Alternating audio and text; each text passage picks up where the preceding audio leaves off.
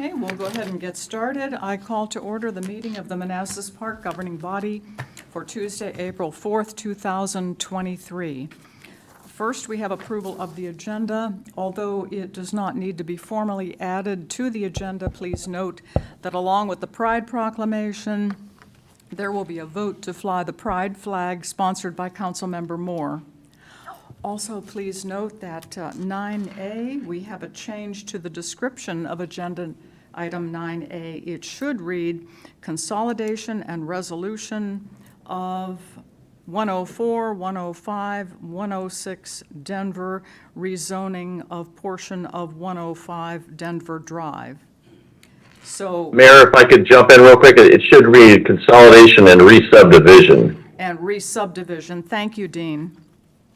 Thank you. Okay, with those changes noted, do we have a motion to approve? So moved. Second. All in favor? Aye. Opposed, abstained, motion carries. Thank you. Next, we have a moment of silence, and Vice Mayor Mensing, would you lead us in the pledge?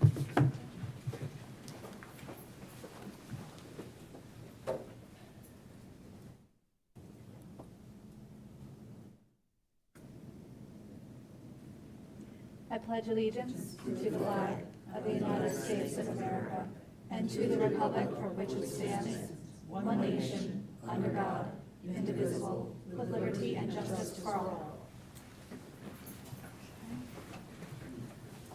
Okay, it is moving on to public comment time.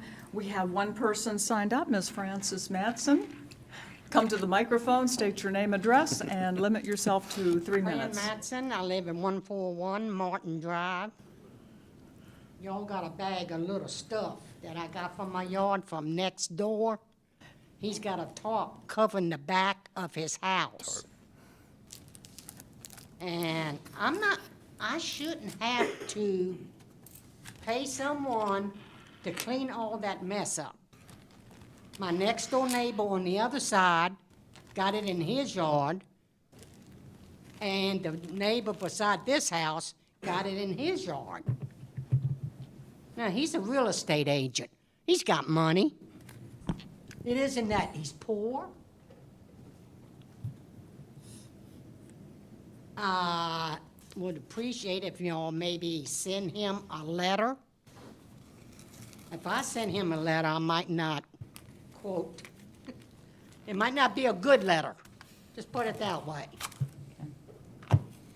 And people is still speeding. They're clocking 60 and 70 down on Martin Drive. They pass that corner where Lena lives at, and then they floor it. Now, the kids down the street plays in the road.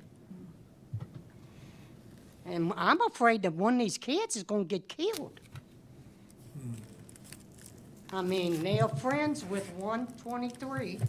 They're friends with 138. And they don't care. They go up a one-way street.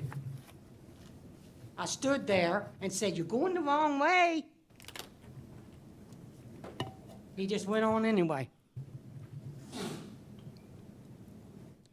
So, you know, and can we get speed bumps on Martin Drive?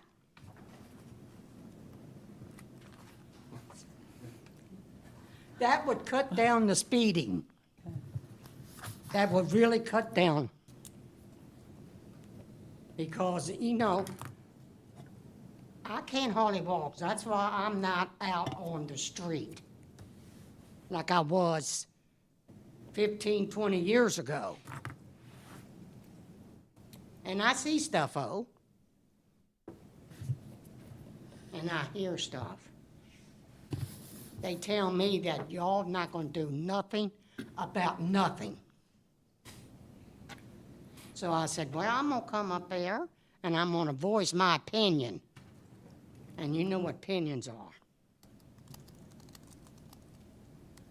And people's been parking in my parking space. Yep, don't say it. The street is free and clear for anybody to park, but I cannot hardly walk. So I cannot park 3 or 4 houses down and then walk to my house. Now, the people that does that lives at 138. They have 6, 7 cars that belongs to them on the street. Can I get something like a handicap? I got handicap tags and stuff. Mayor Can I Rochelle, get a it's 3 handicap minutes. parked in front of my house? Okay. 3 minutes. I decide I ask. You can not say no, or say, well, we'll look at it, whatever. I think your 3 minutes are up, and no, that's okay. Bye, happy Easter. We thank you for coming and speaking. Laszlo, would you like to address her? Yeah, so the House, definitely code enforcement has been looking into that case. I'll follow up with them to get the status, but it is on our radar. The building inspector is also evaluating it as well. So I'll get you all an update, and the resident as well, an update on where we're at there. But likely, if they don't get it resolved, we'll have to take them to court. That's a lengthy process for the city, but at least we are going to take whatever legal recourse we have as a city to go after that property if they don't properly secure their facility. So it is on our radar. It is on our tracker. Is one of the properties we're looking at. For the speeding, I came back, I think, a year ago with the kind of the speeding analysis across the city of where it was. Scott Drive was one of the worst. We are putting speed bumps there, and there were sections of Manassas Drive also that were the worst parts of the city. I'd have to go back and see where Martin was, but everywhere where there was measured speeding that our police utilized for devices, we established the higher fine zone.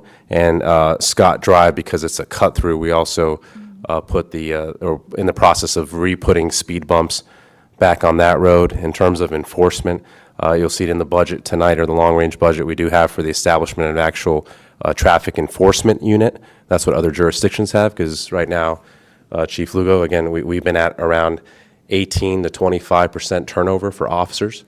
So we don't have a lot of officers, and they're responding to calls. That's always going to be priority. Someone's calling 911, they're going to go respond there versus doing radar and doing other things. So that's the priority of our department. But because we established a parking enforcement position and now hopefully a division, we've taken more emphasis on that, and you can see the results from a parking standpoint in terms of ticketing.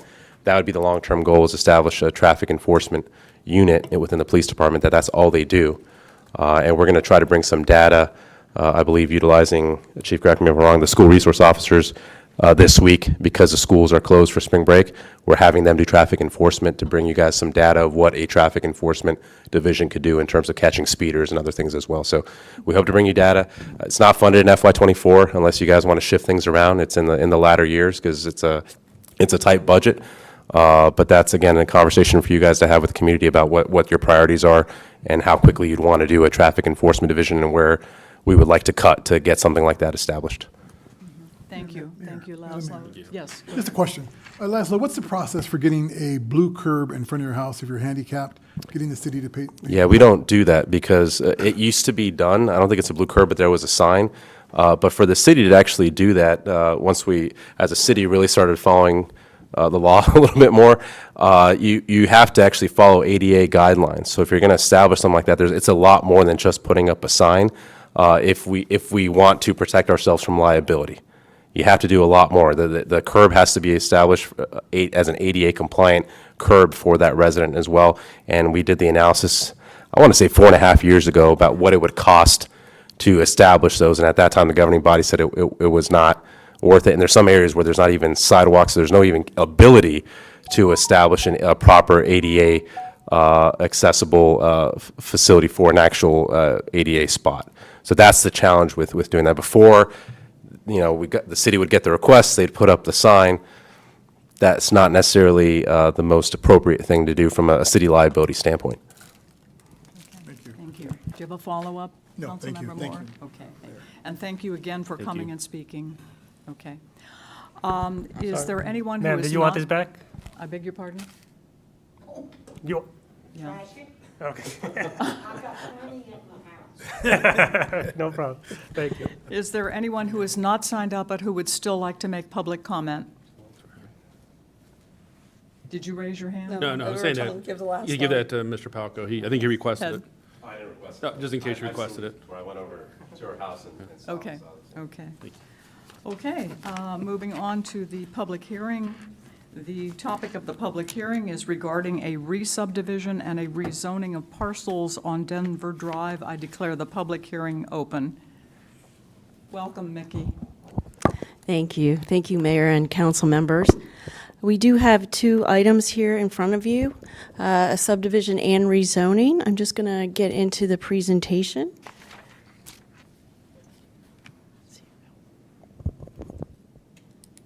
Is your microphone on, Mickey? Is Yes, turned it should on? be. Okay, Is that, let me hold it closer. Okay. thank you. So we're going to start with the subdivision, which is SD 2301. It really entails 3 properties on Denver Drive, 104, 106, and 108 Denver. You can see that 104 has a house on it, and 108 has a garage. On 108, you'll see a line that actually is an unnamed stream that runs through that property, and actually the property on the other side of Denver Drive. I guess I'm going to hold this up more. And just for your reference, here is the floodplain for those properties. And as mentioned in the staff report, these were owned by the city for stormwater management purposes. So this just kind of gives you an idea of location and the necessity of that. So in the fall of last year, we had the owner of 104 Denver Drive come and propose an addition to the rear of his property, which you can see in yellow. When I was looking at the plat, you'll notice that it's 104 shown as lot 1035 and part of lot 1036, which is highlighted in yellow. That raised a red flag for me because all property for one home and residence is supposed to be on one lot. That is a requirement of the subdivision ordinance. When any land that is divided is to be under 2 acres, it should follow the subdivision requirements and be in a legal lot, not a lot and a half. So when I looked at this, I realized something was not correct, so I asked the assessors to do research, and it turns out that the city sold that portion of the property to this owner, the owner of 104 Denver Drive, back in 1980 as surplus property. So in bringing back the visual, so this is where that portion of 106 is. And then here would be the entirety of the property owner's land as he purchased it. And the remaining is actually city-owned property. I don't know when that was purchased, but I believe we've had that for quite a while for the stormwater management purposes. And just as a quick overlay, you can see that the area that the city owns now really does encompass the floodplain, and the portion of lot 106 that the resident owns is free of the floodplain. So that's actually was a good division right there at the time. As I mentioned, lots have to be properly subdivided, and a final plat has to be done for any lot. So to resolve this problem, we are proposing to make this landowner whole, and he can't proceed with his addition because it's not in conformance with the subdivision ordinance and a building permit cannot be issued. So what we've proposed is to subdivide the land from the 3 lots to the 2 lots, basically bifurcating them based on the ownership. So as you can see, the proposed subdivision is Lot 1035A, which encompasses all of the Residence 104 property, and then the remainder would be 1037A, which is entirely owned by the city. And staff is recommending approval of this subdivision. The Planning Commission did recommend to the zoning administrator approval of this on March 8th of this year. So next we go into the rezoning, because once we uncovered the subdivision issue, we realized there was a problem with the zoning category of the land. Just to be more quick, I just wanted to show the zoning map as well as the future land use map for both these parcels. As you can see, both what is currently 106 and 108 is zone PF, which stands for public facilities, and 104 is zoned R1, which is single-family residential. The comprehensive plan future land use map identifies the entire area as single-family.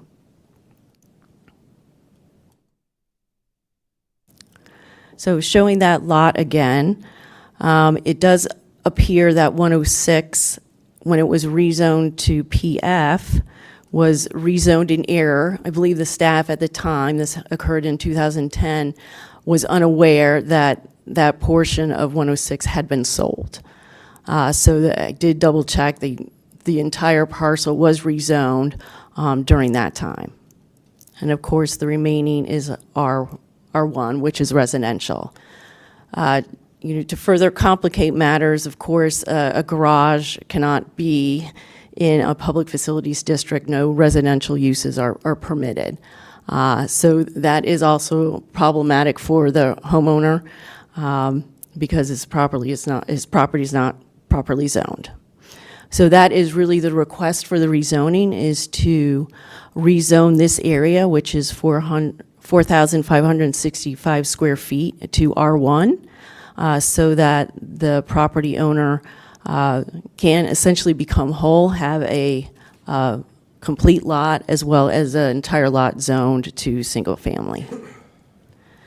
And so this is just the last that shows the portion to be rezoned of the new lot that is created, 1035A. Staff certainly is recommending approval of this. The city did notice that these were errors done by the city at basically for human error, so we are trying to make this right for the property owner so he can proceed with his addition. So we do recommend approval of the rezoning. And also the Planning Commission did recommend approval of it on March 8th as well. I'd be happy to answer any questions. Thank you, Mickey. This was a great presentation, lots of detail. That was great. Are there any comments or questions? Yes, ma'am. I know this is probably an anomaly, but do you think there are other cases out there similar to this? Great question. The Planning Commission asked that same question. I have not found anything like this. As I said to the Planning Commission, I can look into ones that I think may be questionable.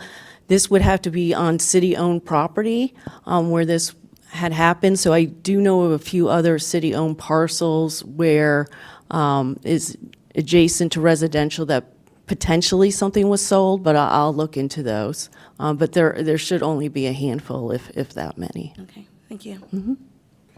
I just have a quick question. My understanding was a long time ago, and separate from this, that they intended to put the police station or a fire station on that property, and that's why it was done. Like a long time ago, someone said, "Oh, they were planning to put a police station." I would have to defer to anybody who has been here longer than I have. I can't imagine that would be appropriate, given that the floodplain is right there.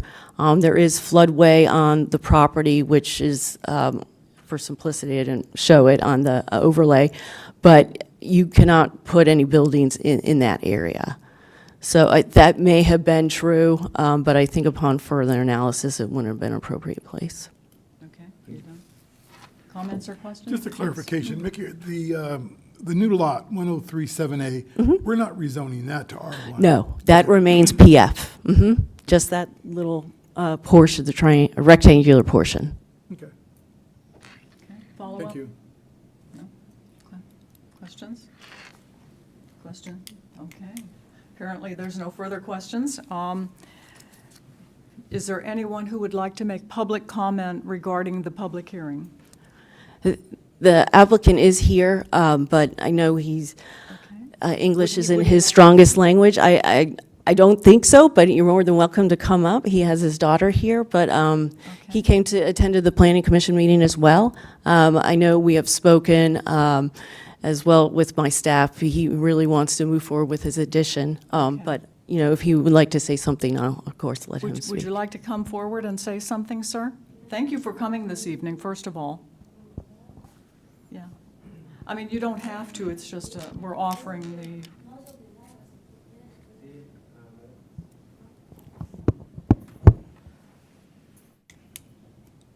And please speak directly into the microphone. It's directional. It's fine. It's, just pretend we're not here. Yeah. Pregúntele que si existe la posibilidad de que los dos lotes, el 104 y el 106, puedan hacerse uno solo. Y si no, que si quedan separados en ese donde está el garage, como es el 106, que si allí en el future se quisiera construir algo, si se pudiera o no. He would like to know, like, in 106, like, if it's possible, like, he would like, in the near future, to build a townhouse where the garage is, take out the It's garage. not a problem. If in the future I want to do something there, it's a What was problem. If I may, he would like to build a townhouse on that property. It was his, no, it's not possible under the R1 zoning. Yeah, No, unfortunately, that's, and, It's another lot, that's what I was thinking. right. Because you see when you look the other is 106, like another house. So, 106, what if the garage is? yes, Doesn't look like another house, that's why I was thinking, but I think he wants to keep it as two separate lots, like his new, instead of creating two lots, keep it as three and build, but I think it's too small for any of that development. No tiene suficiente espacio para construir por las reglas de la ciudad, no vas a poder hacer eso. Yeah. That's helpful. Okay, thank you. Thank you. Okay, if there's no further public comment, do we have a motion to close? So moved. Second. All in favor? Aye. Opposed, abstained, motion carries. We will vote on this evening because of the narrow time window, so thank you very much, Mickey. Thank you. Great cover sheet. Okay. Moving on to 5A. 5A is proclamation designating June 2023 as Pride Month. City Attorney has recommended that the reference proclaiming June of every year be changed to the month of June 2023. His reasoning is as follows. First, renewing the designation each year is a way to shine a light on the event rather than having it simply roll over without much notice. And second, since we cannot bind future governing bodies, there is nothing to prevent a future governing body from discontinuing the recognition, which would be a divisive action rather than a unifying action. So are there any objections objections to City Attorney's recommendation? No. Nope. Okay, okay. And there will be two motions after I read the resolution. Whereas the City of Manassas Park is a welcoming community and an exceptional place to live, learn, work, play, and raise a family, and whereas Manassas Park recognizes the importance of equality and freedom from discrimination, and whereas the nation was founded upon and is guided by a set of principles that includes that every person has been created equal, that each has rights to life, liberty, and pursuit of happiness, and that each shall be accorded the full recognition and protection of law. And whereas the City of Manassas Parks lesbian, gay, bisexual, transgender, and questioning LGBTQ community are a vital part of all fields and professions and contribute to a stronger community. And whereas Manassas Park is strengthened by and thrives upon the rich diversity of ethnic, cultural, racial, gender, and sexual identities of its residents, all of which contribute to the vibrant character of our city. And whereas the Centers for Disease Control, CDC, recognizes that LGBTQ teens are at higher risk to be victims of violence and have increased suicide rates. And whereas it is imperative that young people in the community, regardless of sexual orientation or gender identity, feel valued, safe, empowered, and supported by their peers, educators, and community leaders.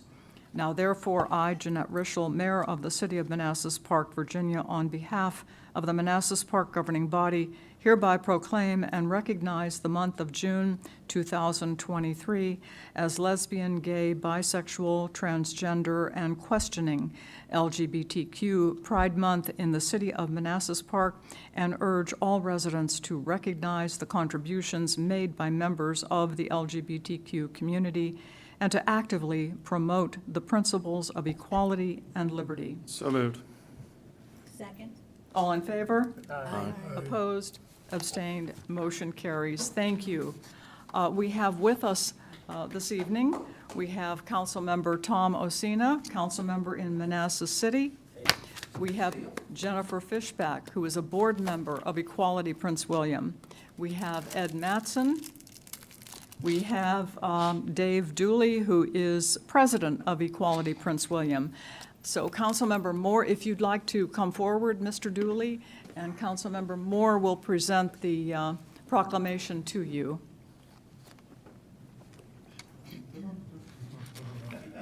So exciting. Thank you. All right, turn this way.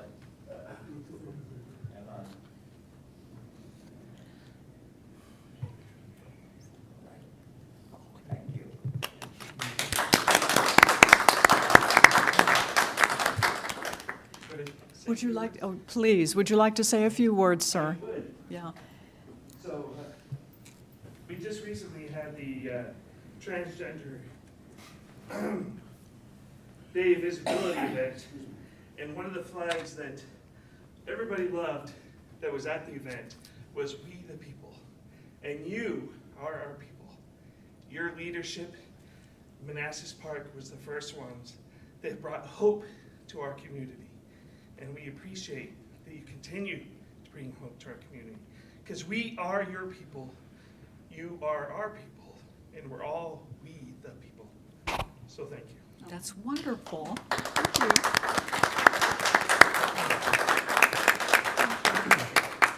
Thank you. And our second motion is that the governing body authorize and direct staff to fly Pride Month rainbow flags which do not have identifying marks for any individual, group, or organization, and which have been donated to the city by Equality Prince William for the month of June in accordance with the city's policy for flying flags from city flagpoles. So moved. Second. All in favor? Aye. Opposed? Abstained? Motion carries. Thank you. Thank you for being with us this evening. Darryl. Madam Mayor, I'd like to make one quick Yes, go announcement. right ahead. We've scheduled a fantastic ceremony on June 9th, which is a Friday. Here, we'll be able to do it for the first time in our new city hall. Flagpoles right outside the door here. So June 9th at 7 p.m., we're going to have the ceremonial raising of the pride flag. 7 p.m. 7 Yes, p.m. 7 p.m.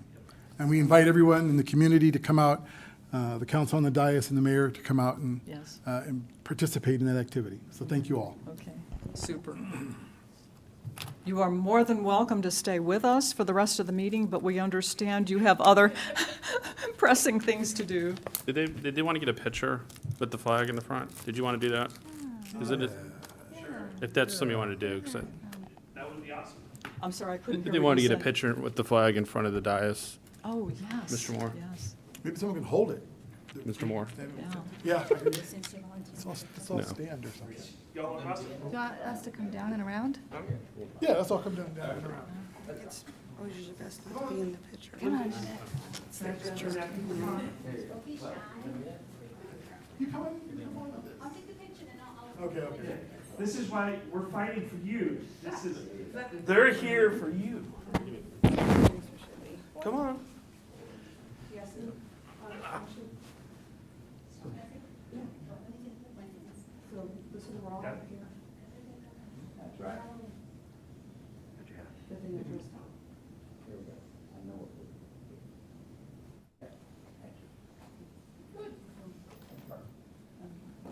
And just remember, Manassas Park did it before Manassas City.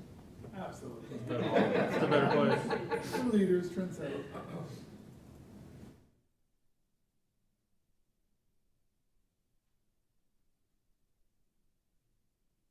Thank you very much. I love that flag.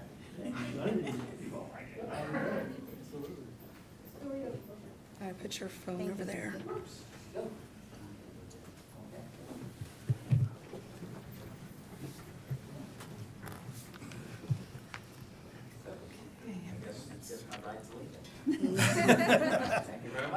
Thanks, Tom. Good night.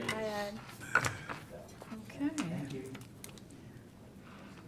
Moving on to consent agenda. Consent agenda consists of approval of the minutes of March 21st, 2023, recommendation to the Prince William Circuit Court to appoint Anthony Shifflett to serve on the Board of Equalization for a term that will expire on June 30th, 2026, and recommendation to the Prince William Circuit Court to appoint Oscar Jamila to serve on the Board of Zoning Appeals for a term that will expire on June 30th, 2028. Moved. Second. All in favor? Aye. Opposed? Abstained? Motion carries. Thank you.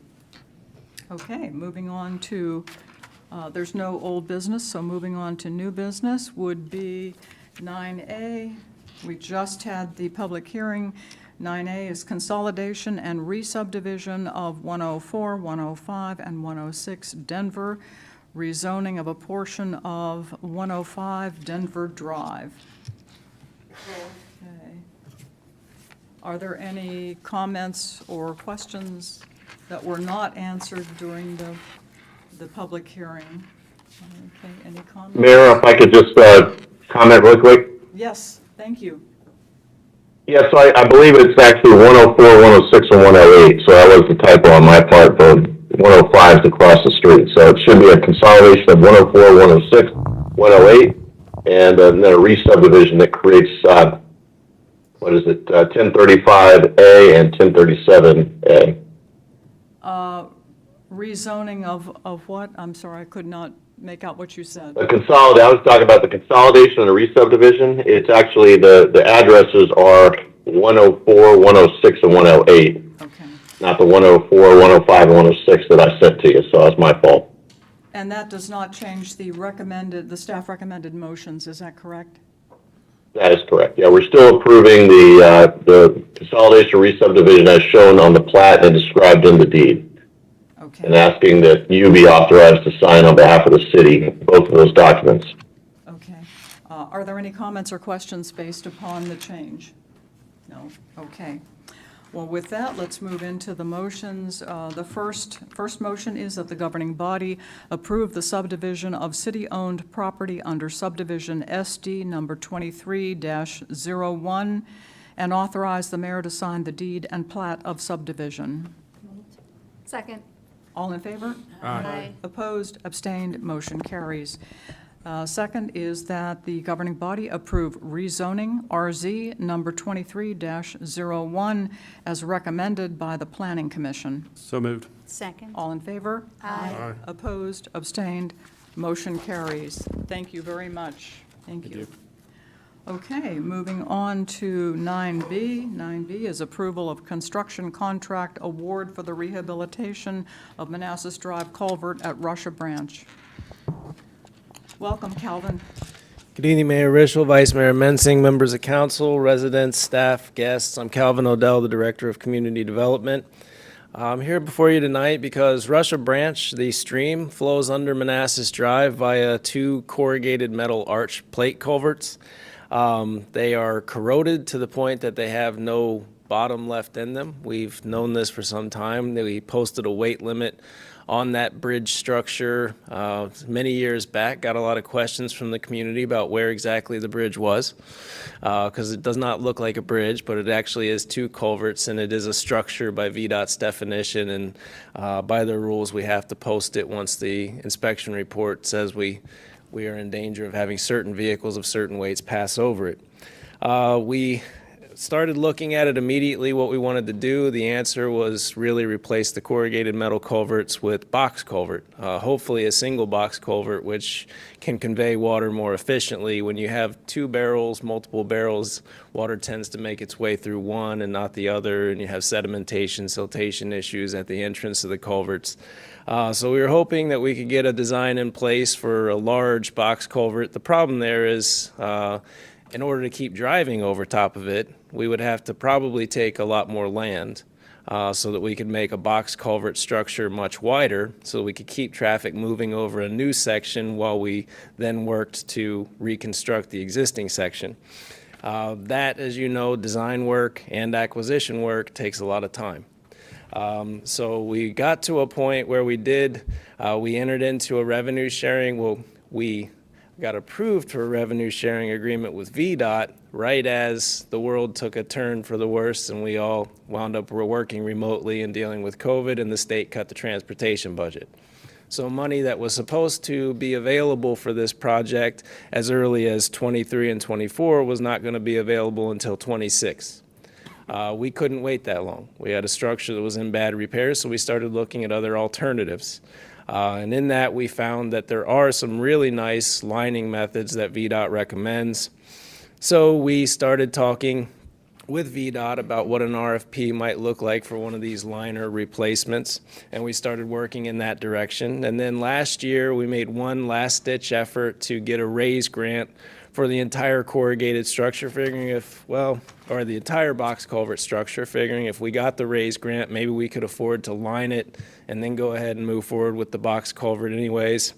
We didn't get the RAISE grant. So as soon as we didn't get the RAISE grant, we got back on this RFP for the lining, and that's where we stand today. We put this out there, had an originally estimated cost of $3.3 million. VDOT still wouldn't have been able to fund that, but since this liner replacement was estimated at just over $1 million, VDOT found the money, allowed us to re-enter into a revenue sharing agreement with them, 50-50 revenue share for this. We got it out on the street, solicited the proposals, and we got 4 bids back. They ranged from $859,000 all the way to $1.98 million. The lowest responsible bidder was Infrastructure Rehabilitation Services, LLC. They came in at $859,430. Staff, as always, with large projects like this where there are some unknowns, we're recommending a 20% contingency be carried on the spending limit for this project, that 20% contingency would be $171,880.06. Bringing the total spending limit we're asking for to $1,031,280.36. With the VDOT revenue sharing agreement, we are anticipating that would require the city to spend approximately $515,640.18 out of the MVTA local fund. That is budgeted. We are prepared to spend that money. So staff recommendation is that we approve this contract with Infrastructure Rehabilitation Services, LLC, and let this lining process get started. Thank you, Calvin. What is the lifespan of the 2 methods, the spray-on liner versus the concrete box culvert? So a concrete box culvert, I think you would find most infrastructure engineers would tell you should expect no less than 50 years lifespan out of a properly designed box culvert. This particular spray-in liner is it's not a thin layer of concrete over top of reinforcing steel. This is actually a poly spray-in material that's then protected with a UV coat and something abrasion-resistant coating to keep rocks and sticks and things that flow through the culvert from damaging the actual poly liner. We are requesting and required in the RFP a 25-year warranty on the liner. There's no reason to believe we wouldn't get 50 years out of this liner. The liner itself may be there 200 years from now. It's a poly liner. I don't know what would deteriorate it unless it all of a sudden became exposed to UV. These types of products don't really just disappear. We know that from, middle school science class. They're here with us for a long time. But the actual roadway over top of it may need repair. We may decide at some point as a city we need a wider roadway. Lots of things could happen that would cause us to revisit a box culvert in the future, but we're requiring a 25-year warranty on this product, so we're expecting no less than a 25-year lifespan and hoping we get at least 50 out of it. Okay, well, that's good news. Thank you, Calvin. In 2A1, it talks about substantial completion. What can you define what the intended purpose would be on this particular project? So you're never really, there may be times when they have to close a lane just to accomplish some of the work, but this project's really never going to close Manassas Drive. So the flow of traffic is not something we would measure substantial completion by. Really, the passing of water, they will be working one barrel at a time, using the other barrel to transmit or the flow Russia branch under Manassas Drive. So when both barrels are completely lined and capable of passing water without any pump around, without any special conditions, and traffic is flowing over Manassas Drive over top of 2 lined culverts, and the remaining work is just punch list work, minor issues that need to be fixed to complete the entire scope of the contract, I would say that's substantial completion. Okay, thank you. So it's flow. It's more or less flow. When both culverts can perform their original intended function of conveying Russia branch without any other tools or equipment necessary, when they can just sit there on their own and convey water and they're lined. They can do that now, but we want to see them do that when Comments they're or lined. questions? Okay, comment, yes, ma'am. Do we know how soon they'll begin after? We do not. We will probably have to stockpile this material. So the very first thing they'll get once they get a notice to proceed for us is they will start ordering materials and probably asking us to store them somewhere. Okay. So we've been preparing for that moment in time where we have to find some space to start storing large barrels of spray-in poly material. But it's probably just dependent upon that, how long it's going to take them to get enough to at least get one barrel completely lined, because it's a robotic spray application and they don't really like to stop. Okay. They want to sit there and keep going till it's the right thickness, at least in one barrel. So I would say that will probably be the deciding factor, is when they can actually get all of the material to do at least one barrel in its entirety. So we'll be holding again to the chain supply issue?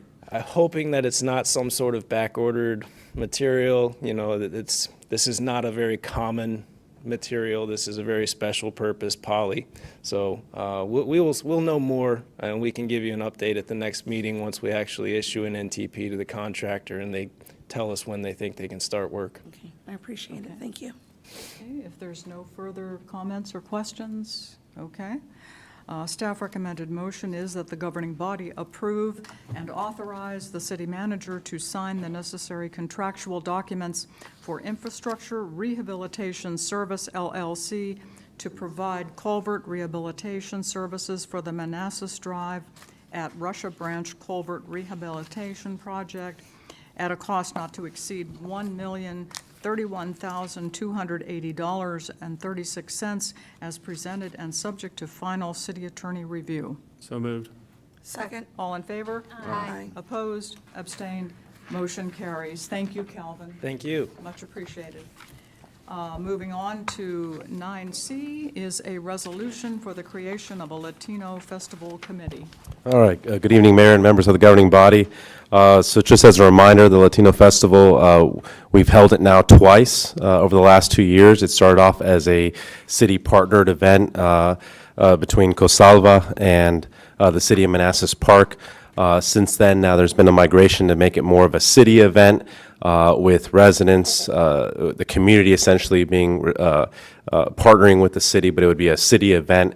So for what other jurisdictions do, when you have more kind of community involvement in an event, is you create a committee for that event of residents to help oversee the event, build community buy-in, and help recruit volunteers as well to make it a true community event, partnering with the city for city resources. So with the establishment of this subcommittee, this would now be officially a city event, but still largely led by the community itself with a extensive community involvement as well. Okay, thank you. Are there any comments or questions from the governing body? Yes, ma'am. I have a question for Yessi. I was wondering how many of the prospective members are residents of Manassas Park? They are not. So, because what I did was, I reached out to the former COSAVA members that help with the logistics, which have been helping us for the past 2 years. So I wanted to keep them because they have the knowledge of putting it all together. But obviously, it's open to any resident that wants to volunteer. So I'm the only Okay, so one up to that, 9 members. Yeah. So will you be recruiting more people, Yeah. any people from Manassas Park? from Manassas Park, Okay, exactly. that would yeah, be great. Good. Yeah. And to Yessi's point, or Councilmember Maya's point, anyone can come to the meetings. It's just you'll have official voting members, but the goal is to try to get as many residents Yeah. and community members from the larger community as well to participate in the planning and implementation. And the city, we would be providing kind of the same support we have for the last few years. That support will largely increase over the next few years when we potentially move it to the downtown and just make it a larger festival as well. Question? Yeah, in the past, did we share costs with the, Cosalva? yeah, So how we did it before, previously, everything was covered by the sale of the kiosks or the vendors and the, what do they call them? Sponsors. So the festival covered itself with those income, I guess, or that stream of income that was coming in. Right. So we were always trying to budget it so that everything was covered except for the staff that was there the day of the event. And then whatever was left over, we divided it between the city and we left a little bit for Cosalva. So it was everything was covered by the vendors and by sponsors. well, that's great. So moving forward, so now the sponsorship fees will come to the city? They should. Now that it's a city event, yes. It'll be a city event. And ideally, we'll probably want to create a separate bank account for this event specifically, to track this separately and to reinvest those proceeds. What you can do is reinvest in the event themselves, or you have the option also of giving some of it to charities as well. That's what happens with other community events in other jurisdictions. And that's how we worked it with Cosalva. So whatever was left over that came from the festival, if we had, whatever was left that we could use, we either put it through other programs or we put it back towards the festival. Yeah, that's great. I was just wondering because the funds, like you said, it should be separate instead of going into Parks and Recs budget or, fund balance or whatever. Yeah, ultimately, the goal would be for these events and for a lot of the downtown events eventually to be self-funded Self-sustained, and even correct. generate profits Correct. to reinvest in the community itself. It's like the town of Occoquan will take their profits, they used to at least, and reinvest it in their CIP, right? So there's different things you can do with that money. Right. Okay. Follow up? No, that's it. Any other questions or comments? Just have one question. So the line item won't be part of Parks and Rec. It'll be part of the budget. The line item will be independent. Well, there'll be a line item, a revenue line item in the Parks and Rec budget, but that, anything that hits that revenue line item, the money itself, the revenues minus expenditures will need to remain in the bank account. Thank you. Okay. Really one quick question. Yes, ma'am. So if we did something like this, like let's say, for example, we started to have a Manassas Park Day, we would follow the same practice? Yeah, that'd be my recommendation. That's the best way to get community buy-in and get volunteers. That really helps not just promote kind of community I'm talking about involvement. the bank account. Yeah, everything, the same kind of process as well. Yep. All right, thank you. Yeah. Okay. Well, let me go ahead and read the resolution. Whereas at its regularly scheduled meeting held on April 4th, 2023, Councilmember Yessi Amaya presented to the governing body of the City of Manassas Park a proposal to create a committee to help plan and coordinate efforts for the city's annual Latino Festival and other events during Hispanic Heritage Month that highlighted the different cultures of the Latino community of Manassas Park. And whereas the governing body desires to create a committee for the purpose of planning and coordinating efforts for the annual Latino Festival and other events during Hispanic Heritage Month that highlight the different cultures of the Latino community of Manassas Park. Now therefore be it resolved that the governing body hereby creates the Latino Festival Committee for the purpose of the planning and coordinating efforts for the city's annual Latino Festival and other events during Hispanic Month and highlight the different cultures of the Latino community of Manassas Park. Be it further resolved that the Latino Festival Committee be a standing committee of the governing body. Be it further resolved that the Latino Festival Committee will meet as necessary and will conduct its affairs as a public body in accordance with the Virginia Freedom of Information Act, Virginia Code 2.2-3700, be it further resolved that the following individuals are hereby appointed to serve the terms listed. Yessi Amaya for a term to expire on December 31st, 2027. Carlos Iglesias for a term to expire on December 31st, 2027.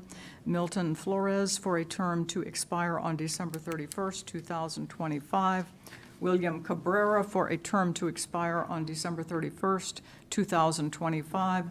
Sonia Vasquez Luna for a term to expire on December 31st, 2025. The membership of the Latino Festival Committee may be increased up to 9 members at the discretion of the governing body, with members appointed by the governing body for staggered terms that expire on December 31st of odd-numbered years. Be it further resolved, the Latino Festival Committee will report on its progress at the final regularly scheduled governing body meeting of each January, April, July, and October. The motion is that the governing body adopt a resolution establishing and appointing the members of the Latino Festival Committee as presented, subject to final city attorney review. So moved. Second. All in favor? Aye. Opposed? Abstained? Motion carries. Thank you. Thank you. Moving on to 9D, discussion of city manager's spending authority. Okay, good evening again. So I was asked to just provide some background information for you all so you can have your discussion on what you think is appropriate for city manager approval levels for spending. So what this is here, this slide, it just shows what the state kind of transparency laws are for small purchases, right? When do you not have to go through the full RFP process? So these are the limits that the state believes is appropriate, that you don't have to essentially put it out to bid, and you can use small purchase agreements. So this is kind of their transparency thresholds for goods and services, transportation, and also for professional services. So I went around and just, either called or got, looked at the code of each of these jurisdictions or found their procurement documents for what their limits are. Some called us back and gave us some good information as well. But you can see here, this highlights kind of our sister cities here in Northern Virginia and what they do. So Falls Church has kind of the lowest threshold at the 100,000 for contracts here set by their code. And then Manassas City Council has really given their city manager the most authority out of any of these 3 jurisdictions. With anything that's budgeted, their city manager can approve, and their purchasing manager, who's in their procurement office, has spending authority of $250,000 and above. And then Fairfax city manager, again, approve anything that's budgeted. However, in reality, it's anything above $200,000 specifically for construction contracts and professional services. So you'll see the different jurisdictions kind of split it up by the type. Some of them have the older, you'll see in the next slide, in their code, some of the older thresholds set by the state. So a lot of them now are changing their state or their references just to reference the state law versus putting the numbers themselves. Some other jurisdictions as well from around this area, just to give more information. So the town of Herndon, again, towns don't have the same responsibility as cities, so they're, even if a town is larger in population, their budgets are usually much smaller, their responsibilities are much smaller. But the town manager in Herndon, per their code, has about the 100,000 threshold. Front Royal's a smaller town, 25,000, but they actually called us back and said they're evaluating 50,000 right now because they see this as too low of a number even for their smaller town as well. Winchester's 100,000, and then Fredericksburg has given their city manager authority of $1 million or more. I'm sorry, their ceiling is $1 million for the city manager there. So based off this data, I think what would be reasonable for our city is anywhere between the 100,000 and 250,000 limit based off those previous slides, and then kind of an added for transparency purposes, just requiring that all contracts over 25,000 be uploaded to the city website. That way anyone can see all the contracts that we're approving, and they can submit questions that they have. So they have the budget process, they have that process, and then really for the bigger ticket items, we would bring those back to the governing body. So that's just hopefully some helpful background information about what the numbers are around the region. I think regardless of what we decide this evening, all contracts really should go on the city website, regardless. Yeah. Okay. That's a pretty big burden. When we have the General Services Division, it's something we can talk about, but for right now, I think it's just the 25,000 and more would make more sense. Yeah. But again, we'll move towards what you're stating. Okay. It's just there's a lot of things that are signed in the city. Yeah. Okay, I see. Questions, comments? I have a comment.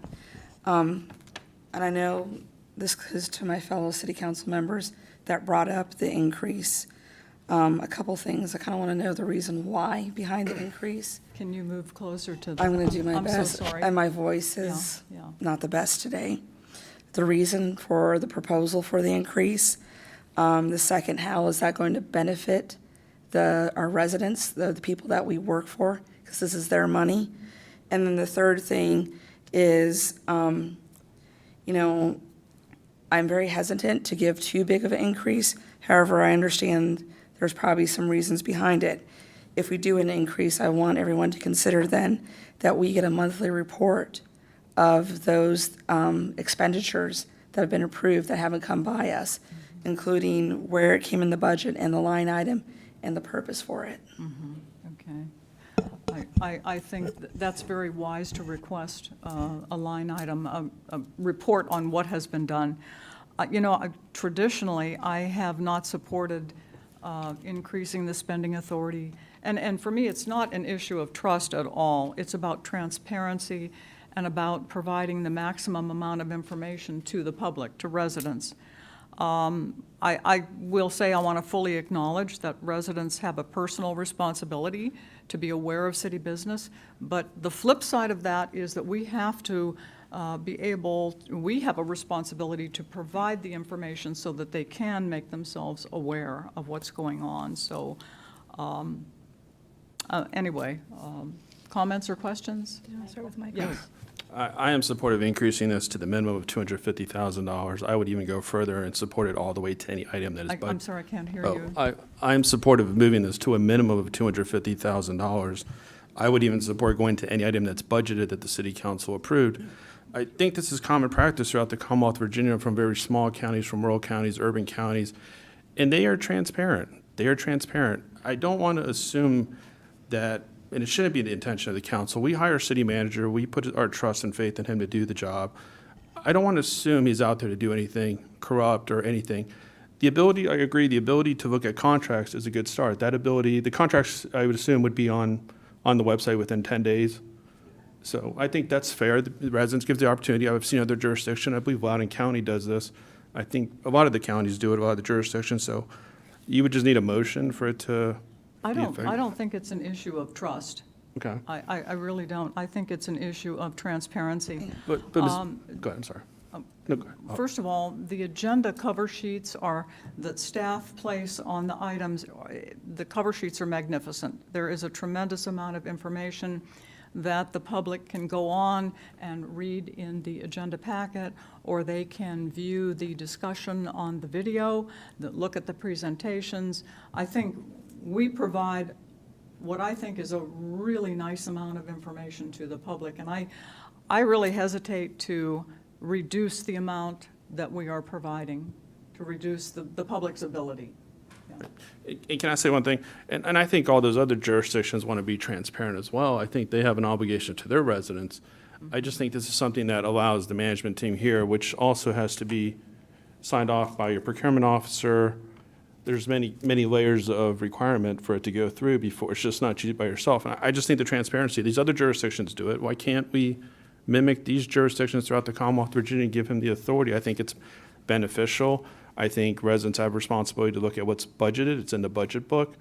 It's just standard practice throughout all jurisdictions. And in the state role I'm in now, going out to different jurisdictions across the Commonwealth and meeting with Board of Supervisors, it is high. It is at minimum like 200,000 around, even in rural county. I was in Northampton County last week. It's $200,000 there. And that county only has 12,000 people. And they want to be transparent in that community too. They have an obligation. We all have an obligation to the residents, and we want to do that. So, but I understand where you're coming from, Mayor. So that's just my point of view. And we don't know what their motives are. We don't live in those cities. We live in Manassas Park. Yes. We are unique here in Manassas Park.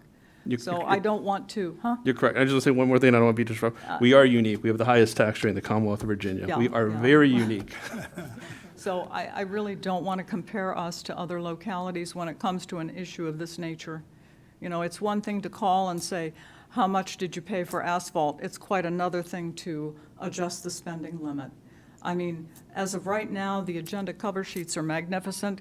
The public can get information about paving, about filling potholes, about IT acquisition, about equipment acquisition. They can get a lot of information. And regarding the videos, they run anywhere from, some videos have 30 views on up to 160. Because I went on and I did a look back of some of the videos, and people do go on, and I think they appreciate the detail. I have often heard from residents that they want to know, to better know what is going on in the city. So that's just my 2 cents worth. Any comment? Yes, Councilmember Moore. Thank you. First of all, I appreciate the discussion and the fact that we're having it tonight. I appreciate Councilmember Carrera's comments, looking at other jurisdictions. But for me, it's a matter of efficiency. To raise the city manager's limit is efficient. It saves our taxpayers dollars if we have an efficient system for which we allocate. The other thing I want to remind everyone in the dais is that this has been approved in our budget. We, as a city, have one of the most extensive budget processes of anywhere. And I have served on a lot of city councils, and the way we break this down and have spreadsheets available that any citizen can go and open up our spreadsheets and look at every dime, every penny that has been allocated by this city government. And so to say we're not transparent, we are the epitome of transparency. But what this does is it allows our city manager to be efficient of his time and energy. We no longer have an economic development person. We have a shortage of staff at the higher levels. To have him bring to us a $26,000 contract that we, as a council, have already approved in our budget is not efficient, and it wastes time. I love the idea of publishing this stuff on the website. People can go to it and read it, but tonight we have a budget document that's going to be talked about. Okay, the room is full, waiting for us to have this serious discussion about our budget for the next coming year. They can listen. We have YouTube and all that kind of good stuff. We are so transparent, so that argument doesn't fly. I want us to be efficient and put trust in our city manager, who has done an amazing job, who has taken us out of the brinks of despair and collapse financially to where we have a huge surplus and we're in much better stead financially. Look at what Moody's has given us our rating. We have gone up every year since Laszlo has been our city manager. And we can't give him the same respect that other city managers have around in the jurisdictions. He has to be less than, and that's not fair. We, as this council, should approve the $250,000 authority for our city manager because we approve the budget, and it's something that we on this dais do. I don't. So let's do that. I don't think that was a fair statement that we don't respect Laszlo if we don't increase his spending limit. I disagree with that. That's not, I don't think that was a fair statement. Madam Mayor? I do agree with you that we have a high degree of transparency, and I don't want to reduce that. I'm concerned about reducing the transparency. There is no substitute for the cover sheets that come across the days. I mean, it's wonderful. And when we talk about efficiency, we have more staff now than we had 6 or 7 years ago. So I think staff has always been efficient. They have always done a lot with very little. So I am concerned about concerned about the $250,000 level, very concerned about that. I really do not want to reduce the amount of information that is provided to the public. Madam Mayor? Yes, ma'am. I would like to say that my stance of not increasing has nothing to do with respect. It has absolutely nothing to do with a lack of respect. I've been in this city my whole life. I've seen good city managers, which with Mr. Palco is one of the better ones. It's probably one of the top ones we've had, to some of the worst. So that's part of it. Some of it has to do with history. The other part of it comes from my management background. And the other part of it is, at the end of the day, we work for the residents. And I have a number of residents that do call me, they do watch, and they do express, sometimes they're happy, and a lot of times they're not, about what we're spending, and that's because they've sat there and they've looked. They've listened to the meetings. So, granted, we have no one here, but that's also part of our job, is to break things down into bites that people can understand. Right. We do have a big spreadsheet, but not everybody's got, ample time to sit there and go through it line by line. So this does kind of help. I do go back to, if we do increase, then we also have this other realm of transparency where there's a monthly report that goes back to, what it was spent to, where it ties back to the budget, and, that is a line item. That just seems like a nice win-win solution. I could be persuaded to raise the level to 50,000, but I would hesitate to go more than 50,000. And it's like a test pilot Right. kind of thing. Like a beta, Yeah. which is Yeah. typically what you do a lot of times, Yeah. something new. Yeah. Councilmember Amaya, do you have comments? No, Josita. Eh? Go ahead. I know you've been waiting. Me? Oh. I am in favor of a 250,000 increase for pre-budgeted items. Personally, when I lived here and wasn't on the council and I wanted to see where my money was being spent, I went to the budget. I didn't have time to go through the meetings and watch, well, you couldn't watch the meetings, but I didn't have time to look through agendas. There's no real good searchable way to search our agendas for anything. So I would look through the budget book to find my information anyway. So if it's been pre-budgeted, I think it's efficient to look through the budget for what we're looking for, and I would approve up to 250. All Councilmember right, so Smith? question. Can this increase be spent outside the budget? Or your spending could be No, technically used outside the budget? Yeah, I can't spend anything that's not budgeted and appropriated by you all. So you don't have no discretionary funds? Nothing. No, unless you guys want to give me one. But even that would have to be budgeted and appropriated Well, by that's you what all. I'm saying. So I think that would make more sense than increasing it, to have at least a cap on discretionary funds where he could use at his disposal. Right? Wouldn't that make sense? No. I don't think this Be is the same thing we're discretionary talking funds, about. not the same thing. It's talking about the spending on any budget item up to 250,000. Oh, yeah, I know, Stuff, I'm but- just brainstorming out here, but the whole reason, what I'm hearing is that you want to increase the spending is basically so to declutter the agenda, right? You don't want to see it on the agenda.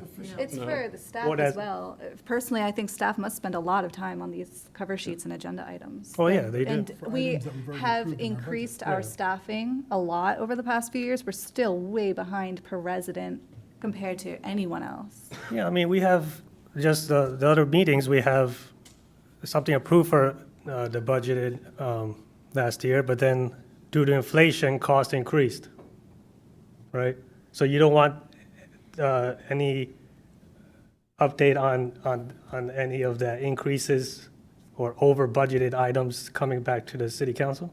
He would still do that, he would still report. No, because with this, and then he would have the authority to do it on his own without coming for approval. The max is 250,000. If it goes over 250,000, he has to bring it to us. That's what it is. But I think his argument is, let's say it was 220, and then with the increase, it's 230. It's going to happen without us knowing. Is that Exactly. So the, that- If he budgeted 200,000, he can only spend 200,000 even if it increased. That's all he could do. He would have to then come back and readjust the budget. And again, it's not about us, it's about the residents, it's about the public. No, I'm saying like, okay, 250, right? We have 100,000 budgeted, increased to 199, right? He has the approval to sign off on it. He has the You don't want to know about the $99,000. No. If the item is 190,000, Yeah. it's 190,000. If he can't find anything, if it's over 190 for that specific item, he has to come back. Exactly.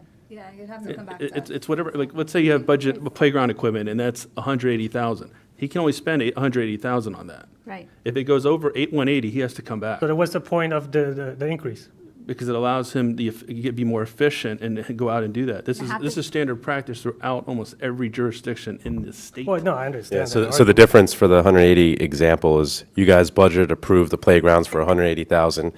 Jay gets bids back to us that are 170,000. Right now, because that's more than 25,000, we have to bring it back and re-explain what we already talked about at the CIP to get approval for that 170,000, even though that 170,000 is less than what you guys authorized us to buy for budget and appropriated. So that's kind of the difference. So- Right. You could look at the re-explanation as a review for the public.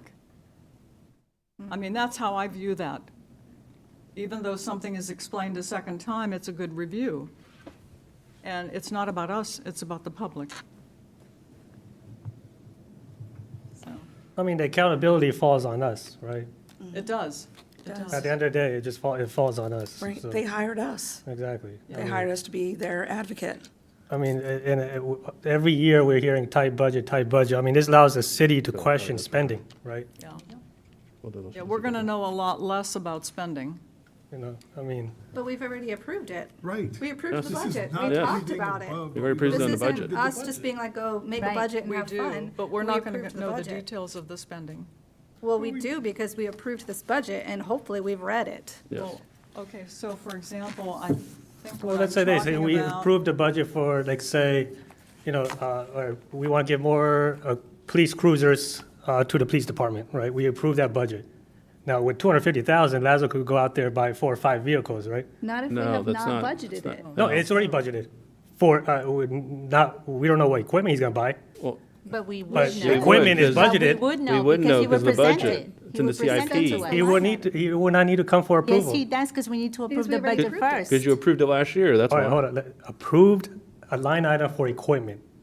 We don't know which equipment he's buying. Okay, that's what I'm talking about, the line item equipment.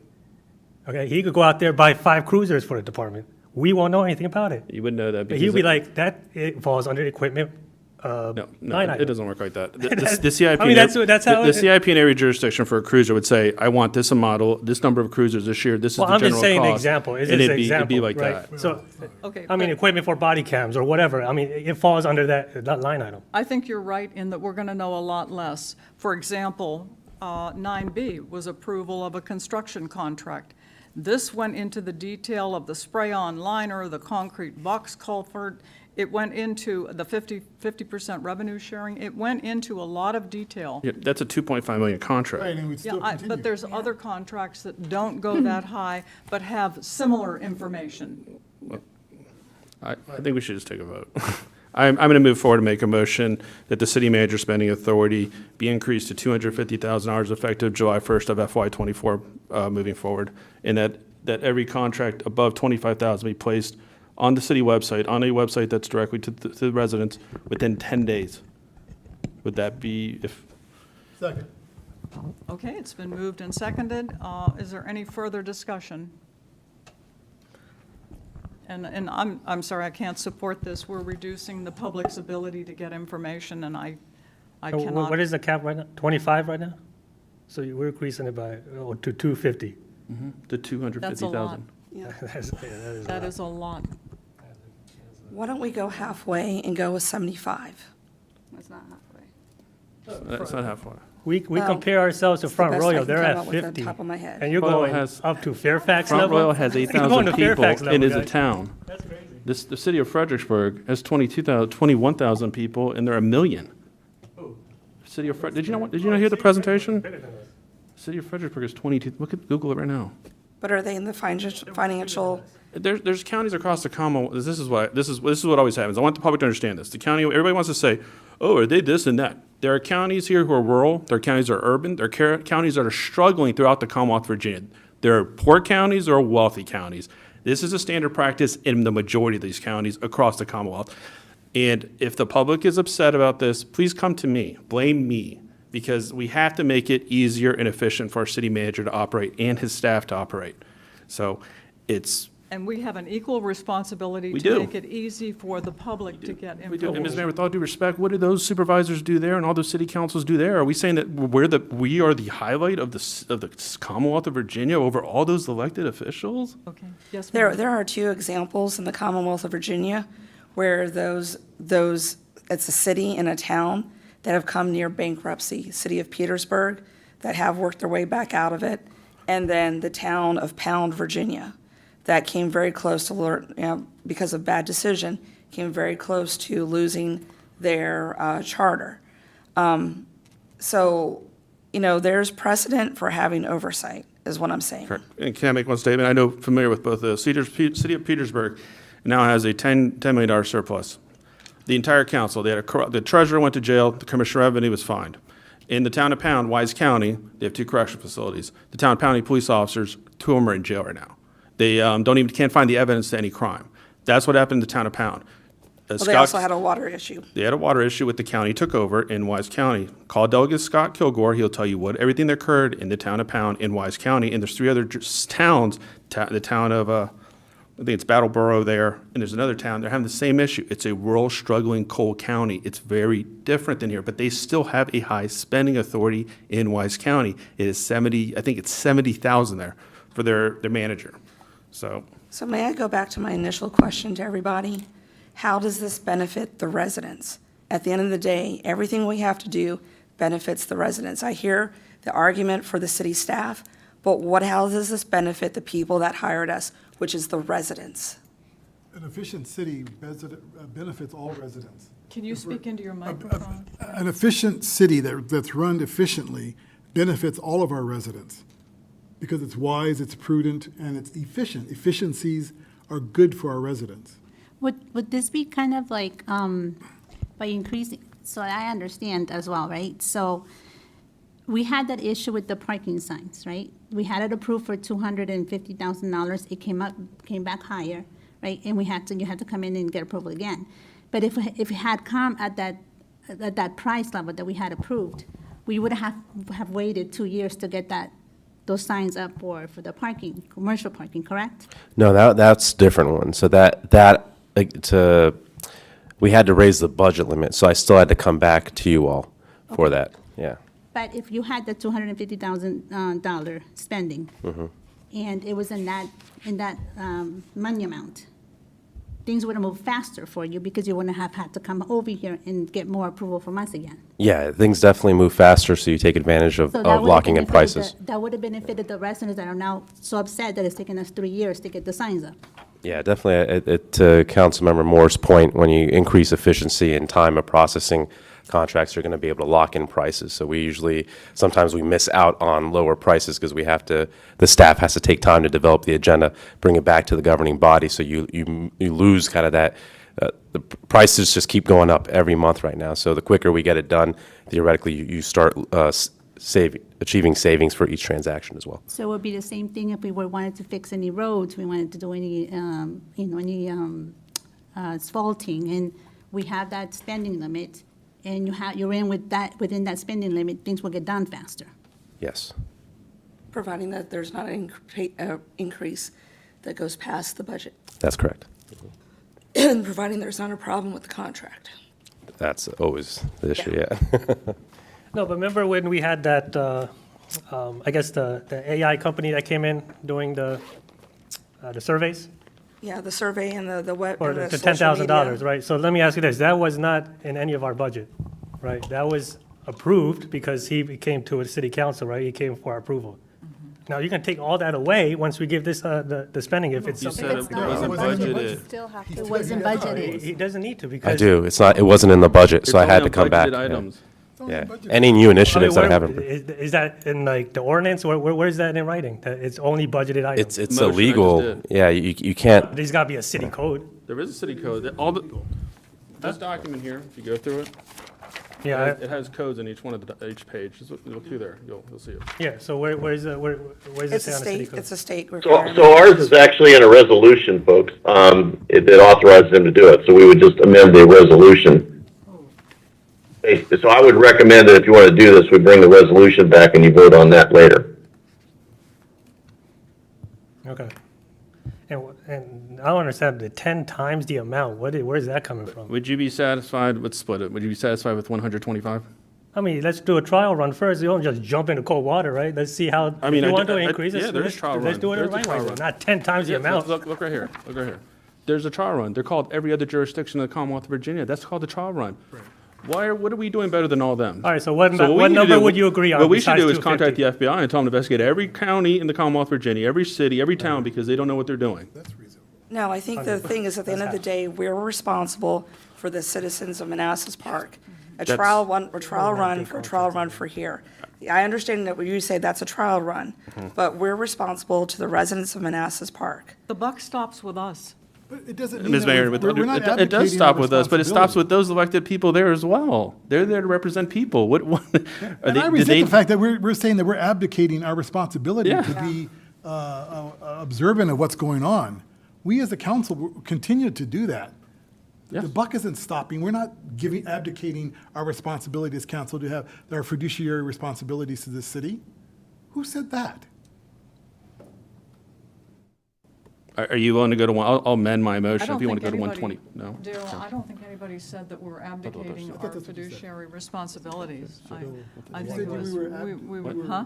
We were giving up our ability to, I'm sorry, what? I thought you said we were giving up our ability What is that? Okay. to check. 10? Well, we are giving up our ability to have more knowledge just as the public would have more knowledge. I'm not sure I agree with that. I think they have knowledge in our budget documents and the information that we provide.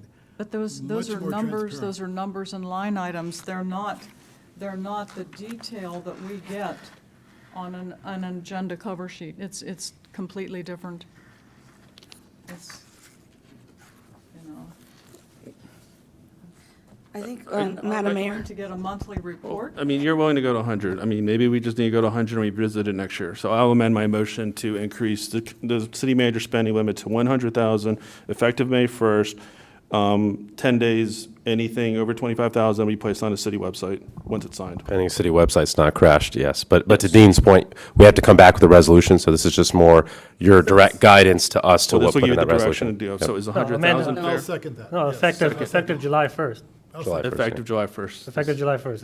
Would Yeah, you we're not gonna do it. accept a friendly amendment I that did. the governing body receives a monthly report I- per Councilmember Hampton's suggestion? Well, I want to hear from the city manager. That'd be more of a burden then. I- That's I gonna think- defuse the whole Ms. purpose. Mayor, with all- I'd rather do the agenda More of a items than burden. that. If he- Defuse the whole purpose, what you guys are trying to If- accomplish. I think if he places it on the website within 10 days, as long as, and I just think a month report, it's going to be on the website. I think 100,000 is fair, at least to start off. If we're unsatisfied with 100,000, then we can adjust. let's try a quarterly report. I- A quarterly report. Couldn't we ask you questions anyway? Yes. I mean, aren't you open to So all the these department questions? directors come, remember, every court to brief you all on. I think that'd be the appropriate time to ask, maybe, send us questions about specific contracts that you want us to address at that meeting, I think. And you can go to the website and read them. Yes. If you have a question about a particular contract, you could bring it up at that time. 100,000, FY '24, July 1st. And the funny thing was, like, this was talked about like a couple months back. I think you brought it up. No. Or somebody Well, I'm brought here it up. No, before. It was like 4 or 5 It was months. last year. It was last Last year. calendar year. Someone brought it up, but no one agreed to it then. And now all of a sudden, everybody's all, I don't think we had the discussion. I don't think so either. I don't remember. we did have a discussion. We brought it up. Yeah, we had a discussion. Yeah, we did discuss it. So None we of you dropped guys it- were supportive back I then. reduced it over 50%, so 100,000. Effective July 1st. then Effective that's July fine, 1st, FY '24, 10 days, you'll place the contracts within 20 days, anything over 25,000. Well, then, can we ask the staff reports to contain more detail as to what's been done? Right, including the contract signed and the amount, Well, yeah. basically, yes, the contracts, but other smaller projects, Yeah. what are these ongoing projects? What's being done? So that there's a public discussion about what's being done, not only for our benefit, but primarily for the benefit of the residents. Yeah, so I don't have an issue, I guess, providing an update on the CIP projects, what we're doing with those as part of the quarterly updates. I think that's pretty easy to do. I would still keep my motion at 100,000. I think 250 was more fair, but to accommodate, The CIP projects, that's not gonna be everything. It's gonna be a fraction. Those are the big spending items, so that's what makes most sense to do. And the rest will be on the website for us to browse. Every anytime contract, we yeah, and want. then if you have any questions on any, Then please to send us browse any whenever they questions. want. Sounds good. Okay. So could you please restate the Yeah. motion? I move that we increase the spending authority of the city manager effective July 1st, FY '24, going forward from 25,000 to 100,000, and that you place any contract over $25,000 on the city website within 10 days of its full notarization and authorization or signing. You said 200 or? So we currently have a resolution in effect on this. Are you saying you're just going to get rid of the resolution entirely, or do you want to revise the resolution? I would say, I don't know if we need a resolution. I think if the vote is standing, why would we need the resolution? Isn't this vote standing enough? Well, we have a resolution. You want to go ahead and rescind that resolution? We also have a code. There's provision in the city code about his ability for change orders and purchase orders is limited at 25,000 as well. I would move. That would presumably need to be changed as well. And I would move to increase the procurement of any purchase order that is on a budgeted item from 25,000 to 100, on the city manager spending authority increase from 25,000 to $100,000 So revise the resolution. to revise the resolution Yeah, because we have until July 1st. effective July 1st. Right, so are we going to amend the city code and the resolution, or are we going to rescind both, or change one and rescind the other? Amend one and keep Just it. revise them and bring them back Right, to us just with amend. the language that Amend, we're revise. asking. Yeah. Yeah, just amend and revise and bring it to the next Yeah. meeting, I would Yeah, think. absolutely. Okay, Thank you. yeah, we'll do. Yeah. You make a recommendation, Dean?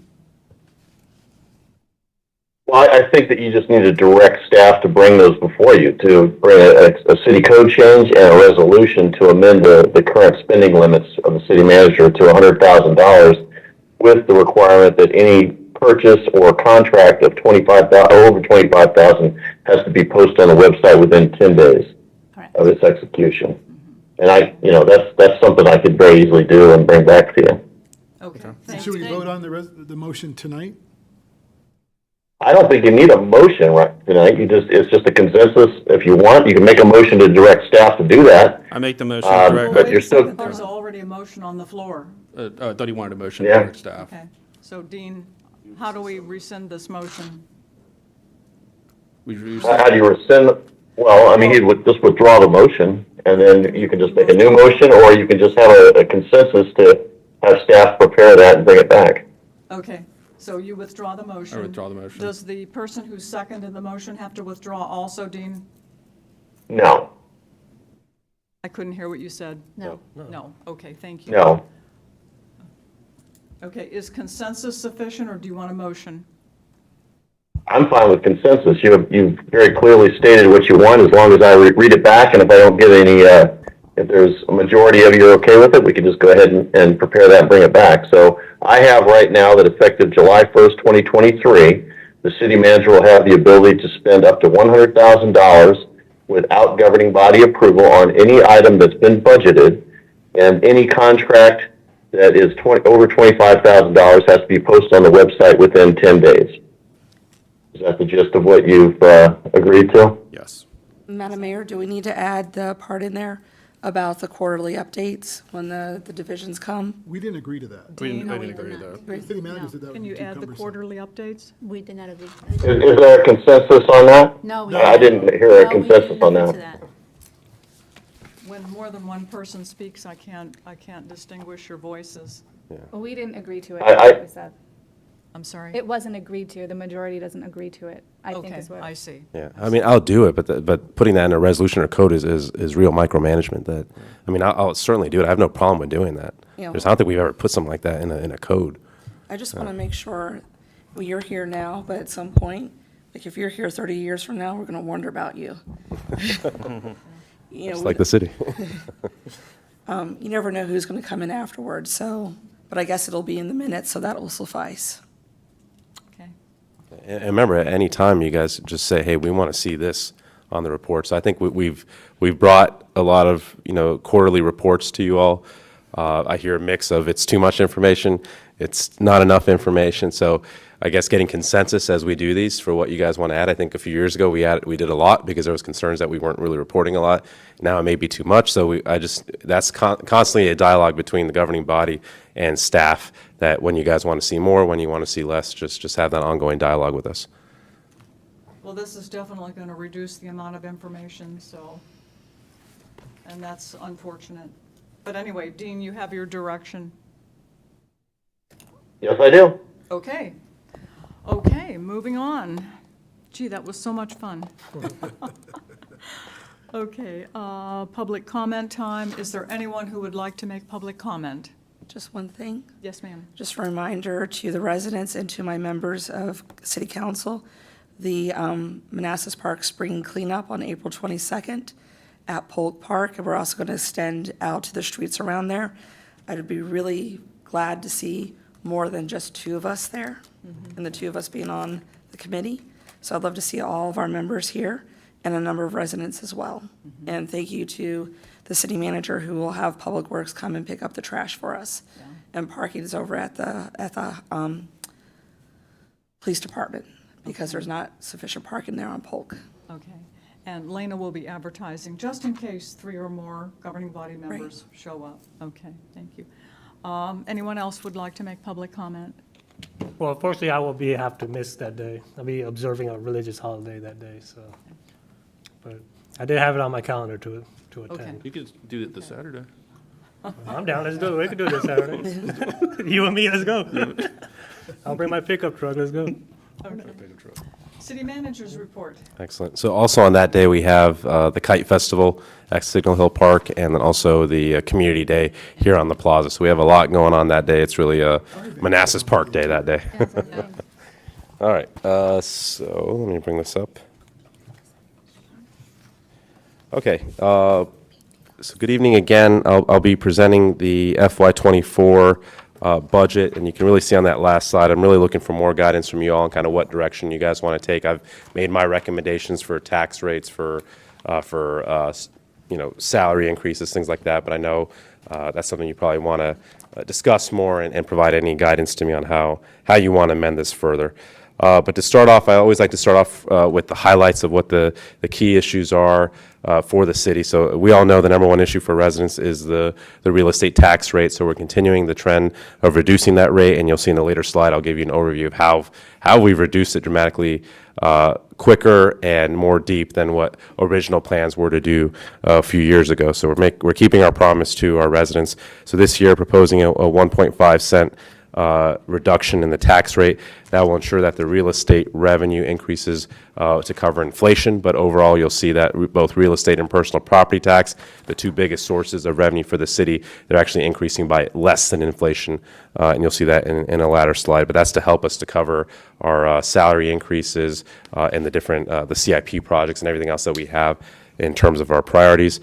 This real estate tax rate reduction, the reduction itself, is a tax relief of about $351,000. Put on top of that from last year of over $2.6 million, you're talking about $3 million worth of tax relief that we've provided over the last 2 years to residents with the tax rate reductions. That's about an 11.5 or 11.5 cent reduction since spring of 2021. When we proposed the first massive, or the first step in the tax rate reductions from $1.55 down to $1.53, then we went $1.53 down to $1.45, and now down to $1.43. Are we still on the bottom list with that? You mean the highest tax burden?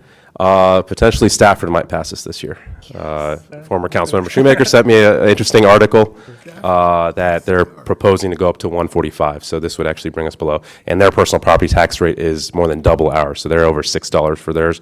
We have the lowest personal property tax rate by far at $3. So from a tax burden standpoint, we may end up being not the highest. And again, they have a lot more resources than we do. So that's just a testament to your all's commitment to keep tax rates low while balancing funding for schools, for the FTEs that we talked about, the salary increases, everything else. So Laszlo, it's also a testimony to staff.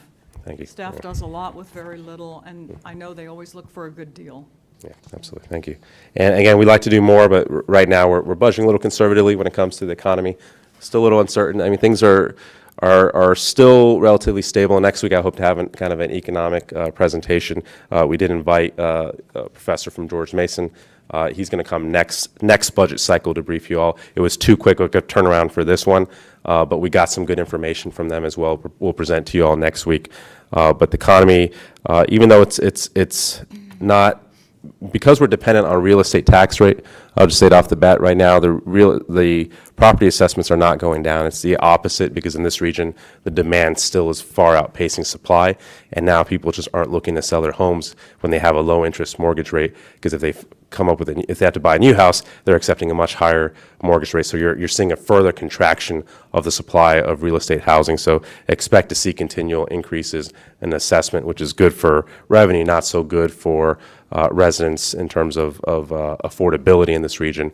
Good, though, if you're looking to actually sell your house in terms of the increased sale volumes. But overall, from a sales tax, meals tax, that's where you'd be a little bit concerned if a recession does hit in the next few years.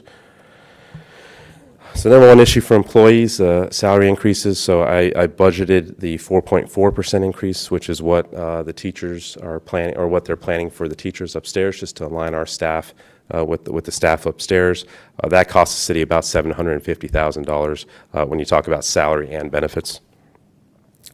For operational excellence, just improving our operational performance, the priority was the community development department because of how far they were back. I believe 50 employees under kind of the average of this region in terms of the full gamut of development services, which is code enforcement, zoning, planning, general services, fleet, facility management, procurement, and then public works, stormwater, solid waste, water and sewer, streets, all the different components of public works. So we prioritized public works or community development department this year. So you can see the different positions there, and each department will go over more detail and answer any questions you have on these positions. But you see for the community development department, we have the equipment operator, and you'll see the description of why that's needed in for the public works division.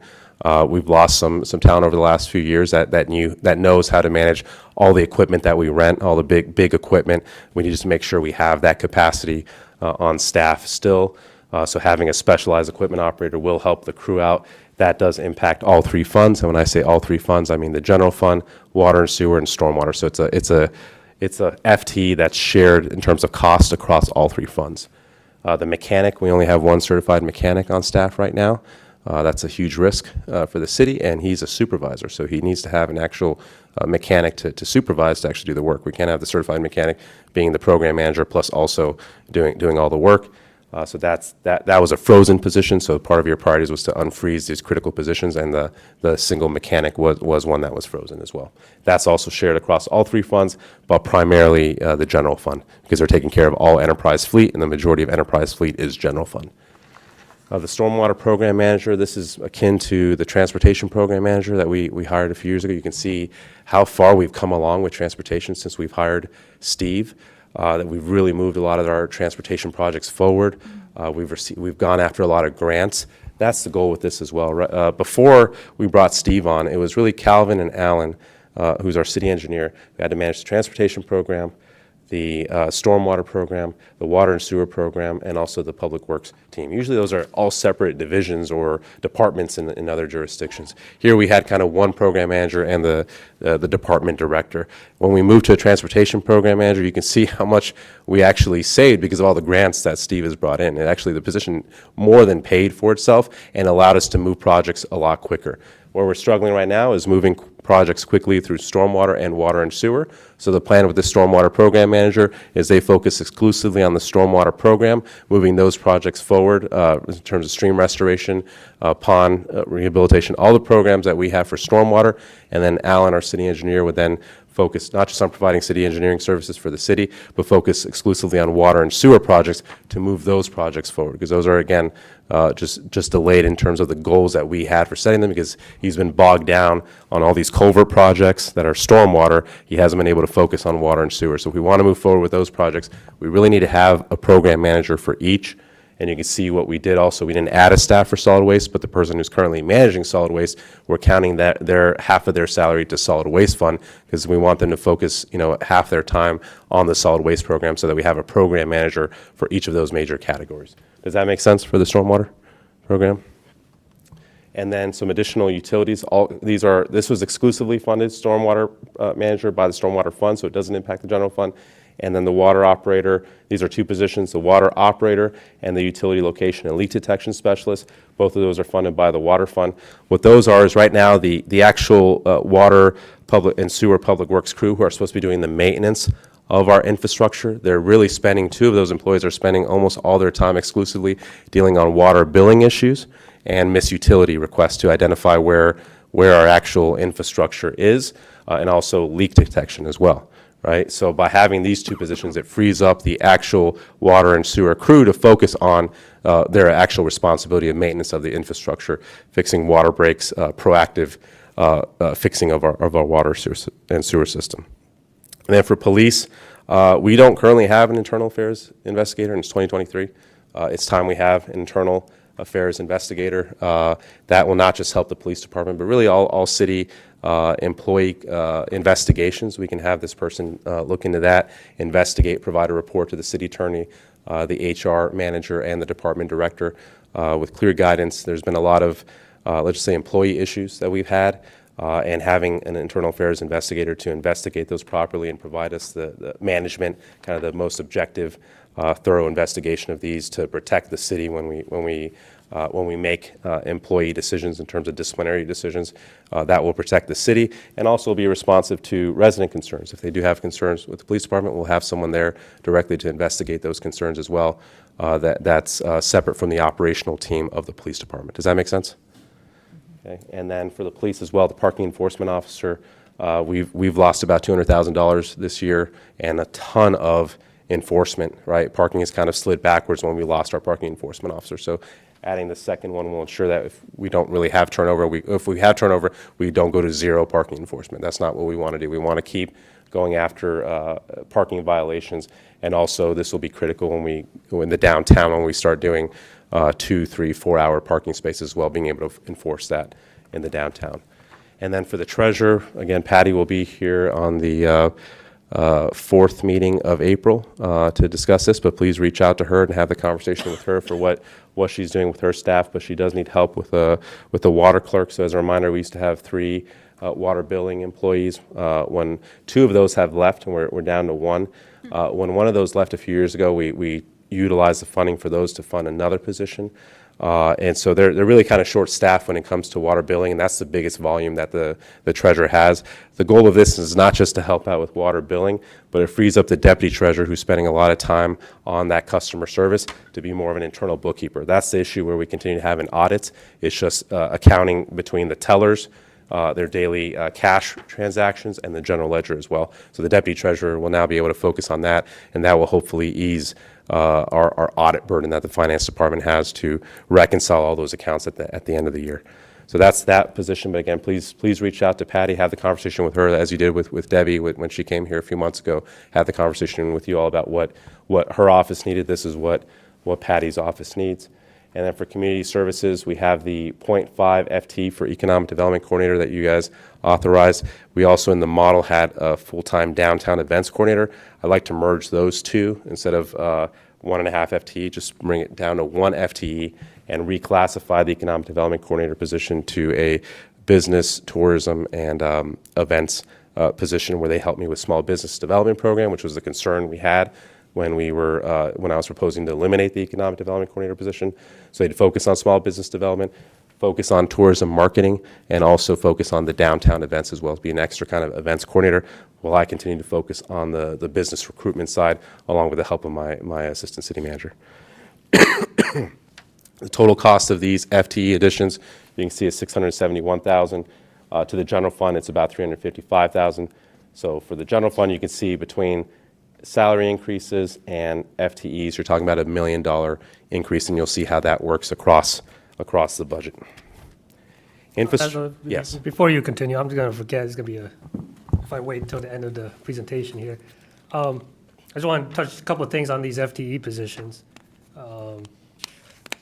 The leak detection specialist, I mean, we have these new meters going in that, are supposed to be Wi-Fi and you can read it. So what would the specialist be doing if, you can have remote reading? Yeah, the meters are great in terms of identifying at the home if there's what's happening there. But all along our roads, you have pipes there.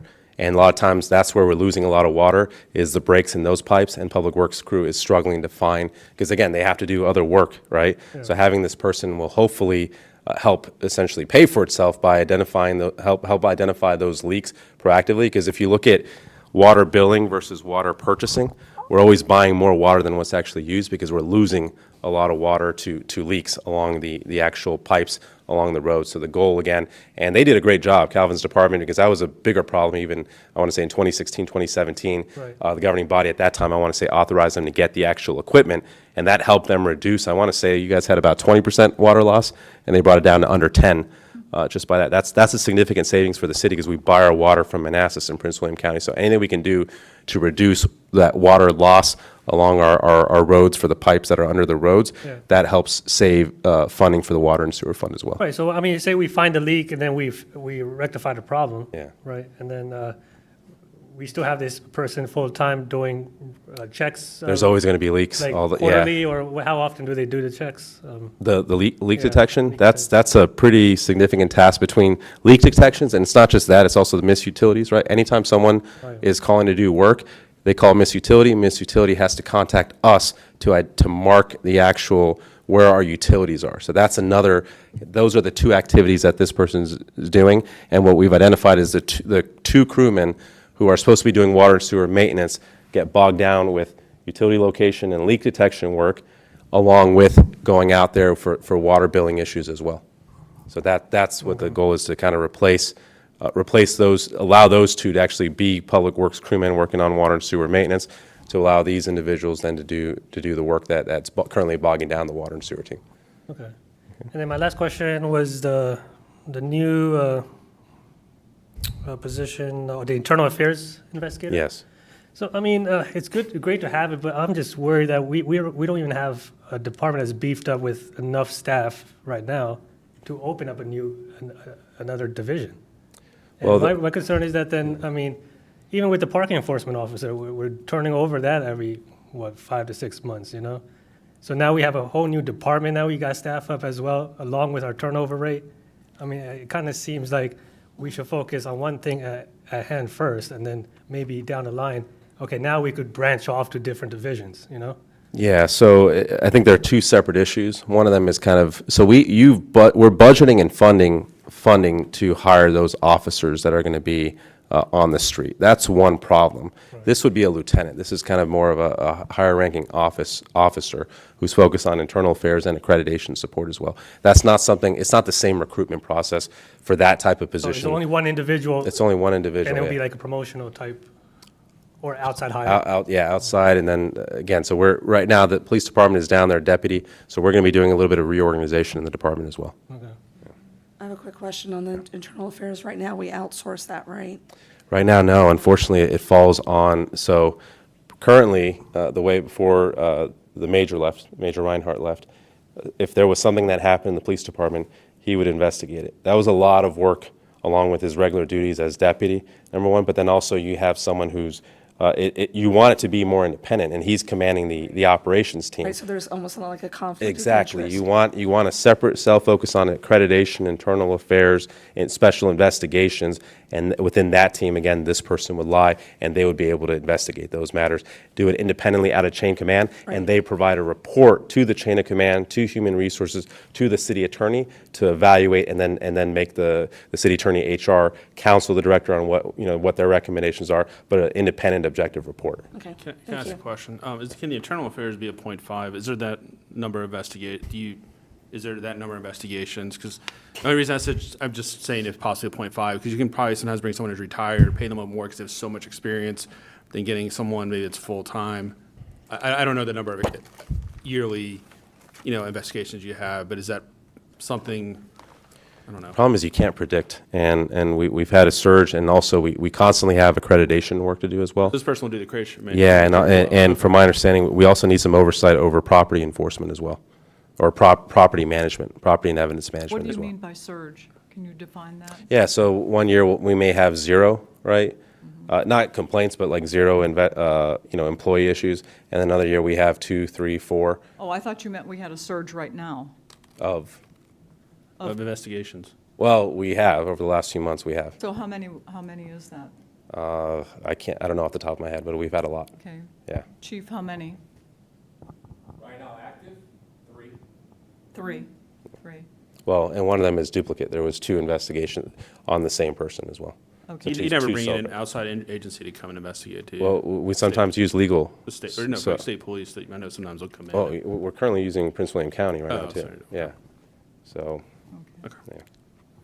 Okay, but they're going to be doing, again, beyond just that. There's different holes that we have that we need to plug right now in the police department.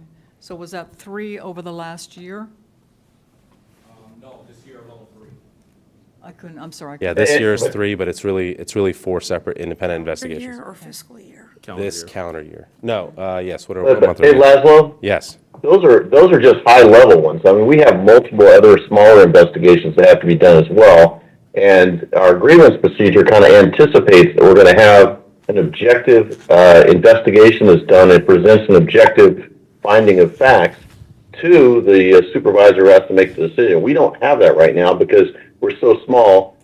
Everybody is involved in it. So this is actually a pretty big deal to be able to get someone who's independent and can provide this kind of information, especially when you consider that right now we're undergoing a grievance panel process for one of the employees. It's very difficult.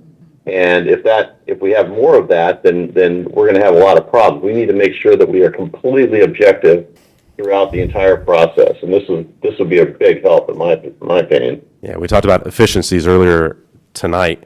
This takes a lot of our time. Can I just ask one more question? I don't mean, do you get a lot of complaints to DCJS? Just certification of officer, do you get? 'Cause that's what I know. Do you mind if we And I hold this can- conversation? This is getting in the weeds of the police department. Sorry. I want to go over the entire budget. Can we go over those? That's why I said the department directors are going to be coming back to talk about these specific. My goal tonight is just to give you a high-level overview. Please send us your questions, and then Chief Lugo will be here next week to go more into the weeds and the details. But I have a long presentation tonight, and I'm worried we're going to be getting tired, and I want to give you the macro level so you guys can then focus We want to on the absorb market. it, right? Yeah, No, I absolutely. understand. I think we're asking questions because of the initial sticker shock of 8.5 FTEs. Sure. Yeah, it's sticker shock. Sure. But I acknowledge the need for every single one of these. Yeah, I got it. And again, remember, the majority of these are at the Public Works realm. Right. And that's where we're, again, 50 employees behind. Yeah, okay. Okay.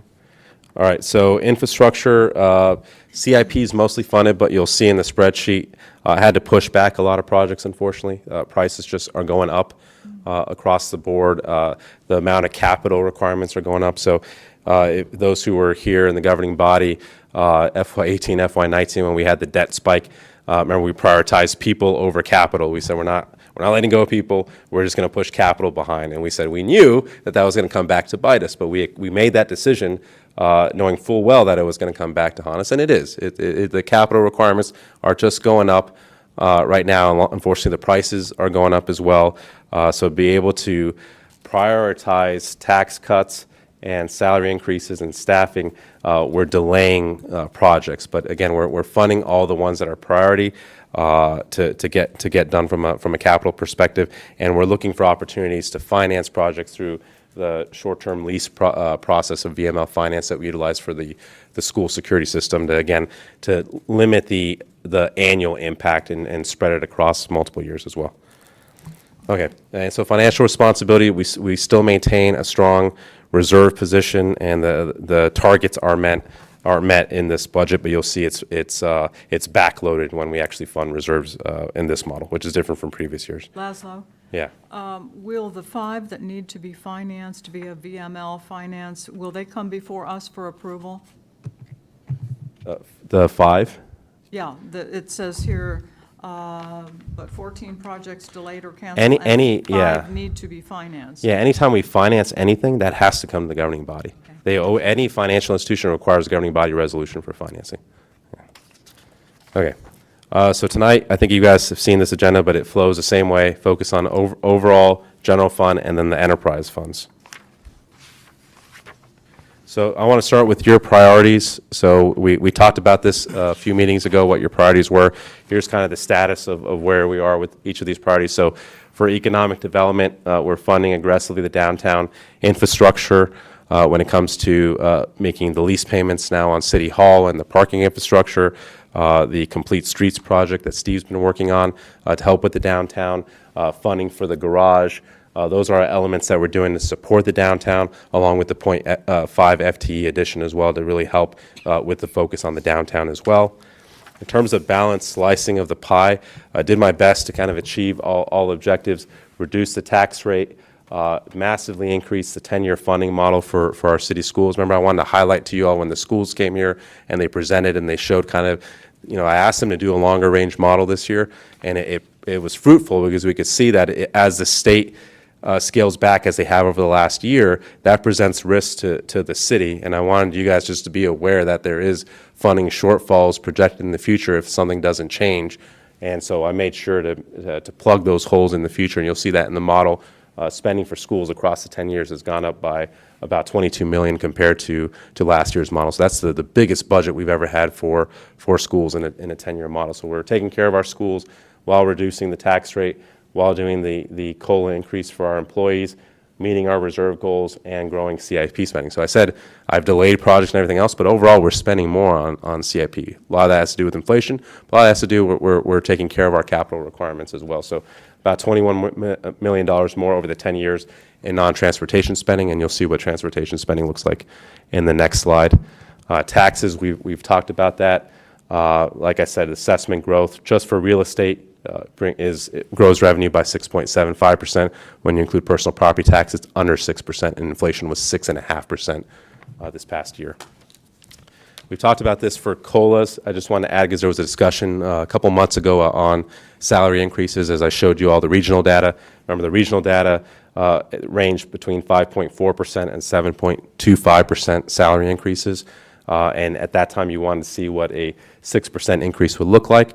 That would be an additional $230,000 on top of this $750 if we did 6% instead of 4.4%.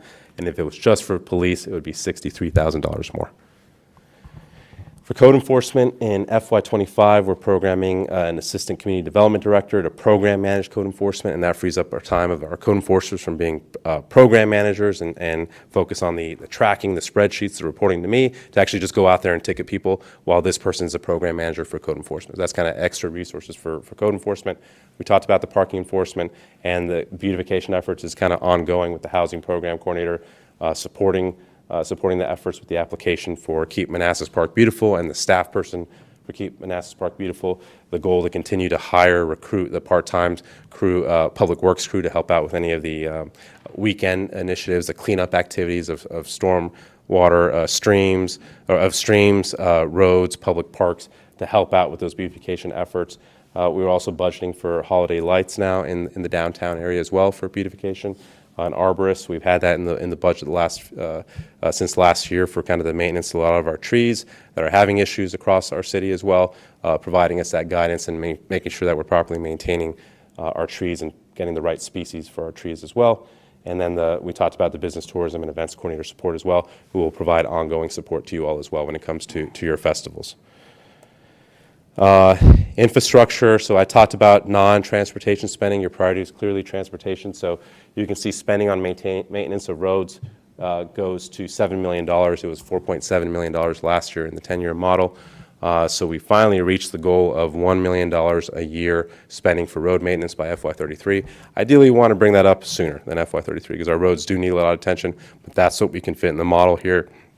What we're doing is we're using $400,000 each year of NVTA money, and then we're adding each year, we're weaning the general fund off of the annual VDOT road maintenance money that we get. We get about over $700,000 every year from VDOT for annual road maintenance. That currently has been funding the Public Works Streets Crew Division, which is, you can use that funding for that, but in reality, we want to use that money for maintenance of our roads and then have the general fund just pick up those street crew workers. And that's what we kind of grow into over the next 10 years so we can spend more on transportation.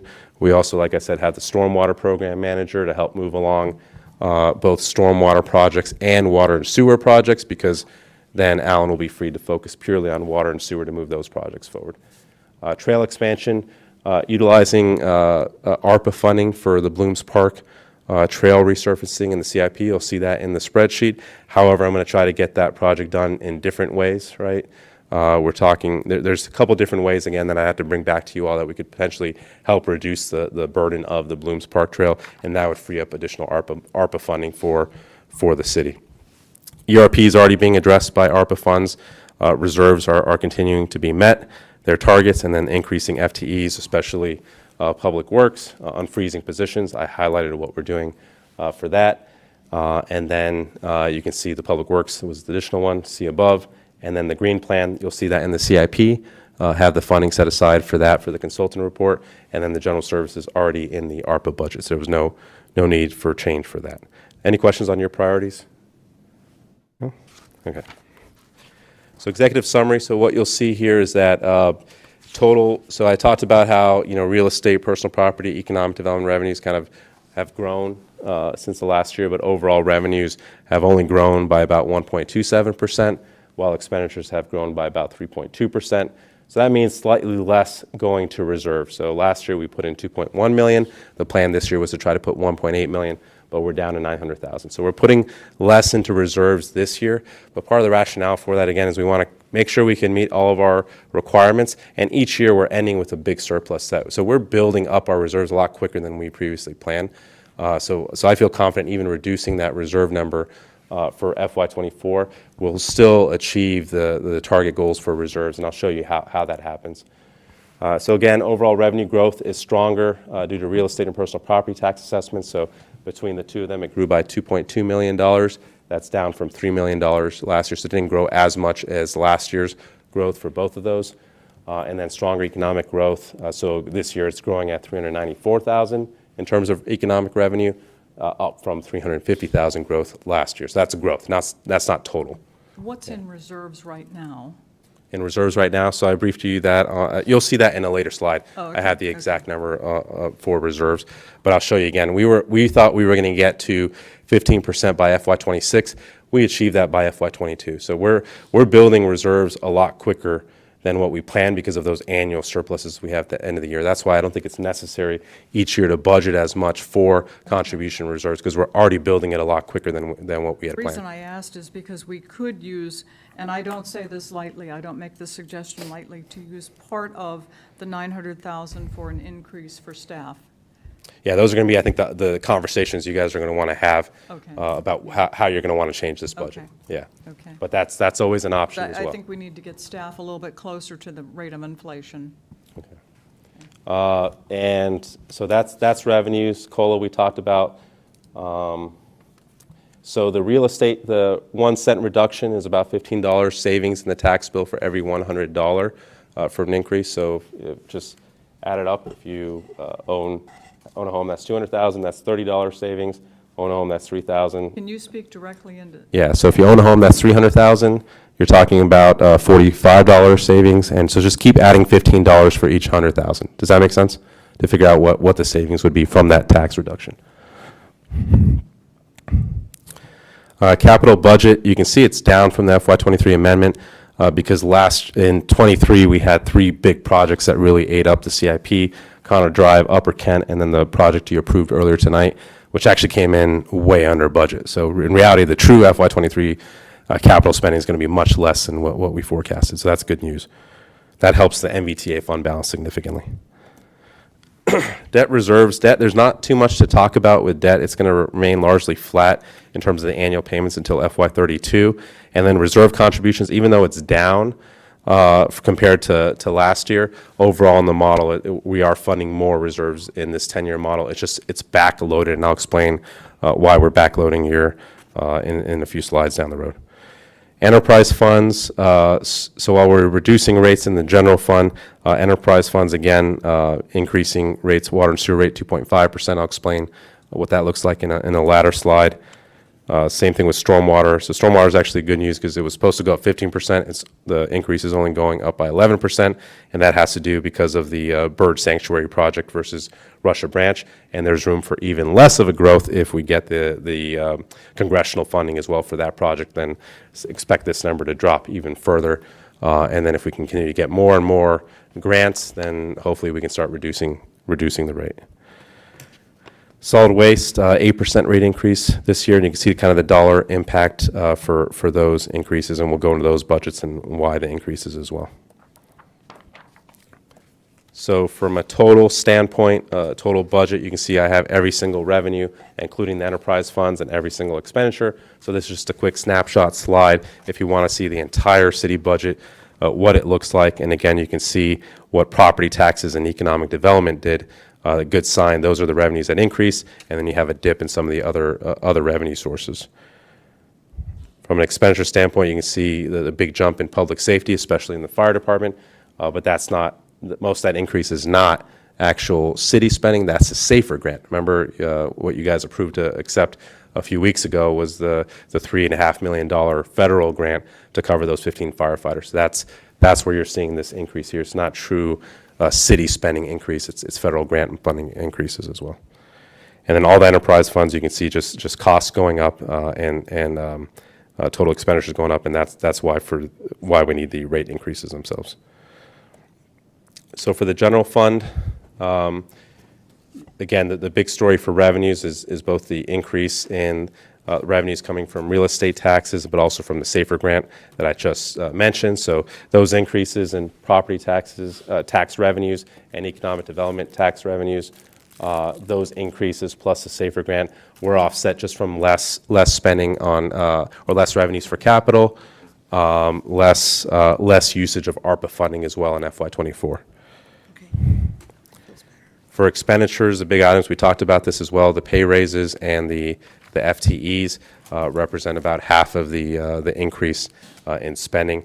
And then we had decrease in spending on capital or transportation spending capital in FY24 compared to 23, but increase in non-transportation spending on capital in FY24. So where our money comes from, so good news is that property taxes are kind of the share of the total decreased from 73% down to 68%. So we finally got below 70% in terms of dependency, but it's still too high.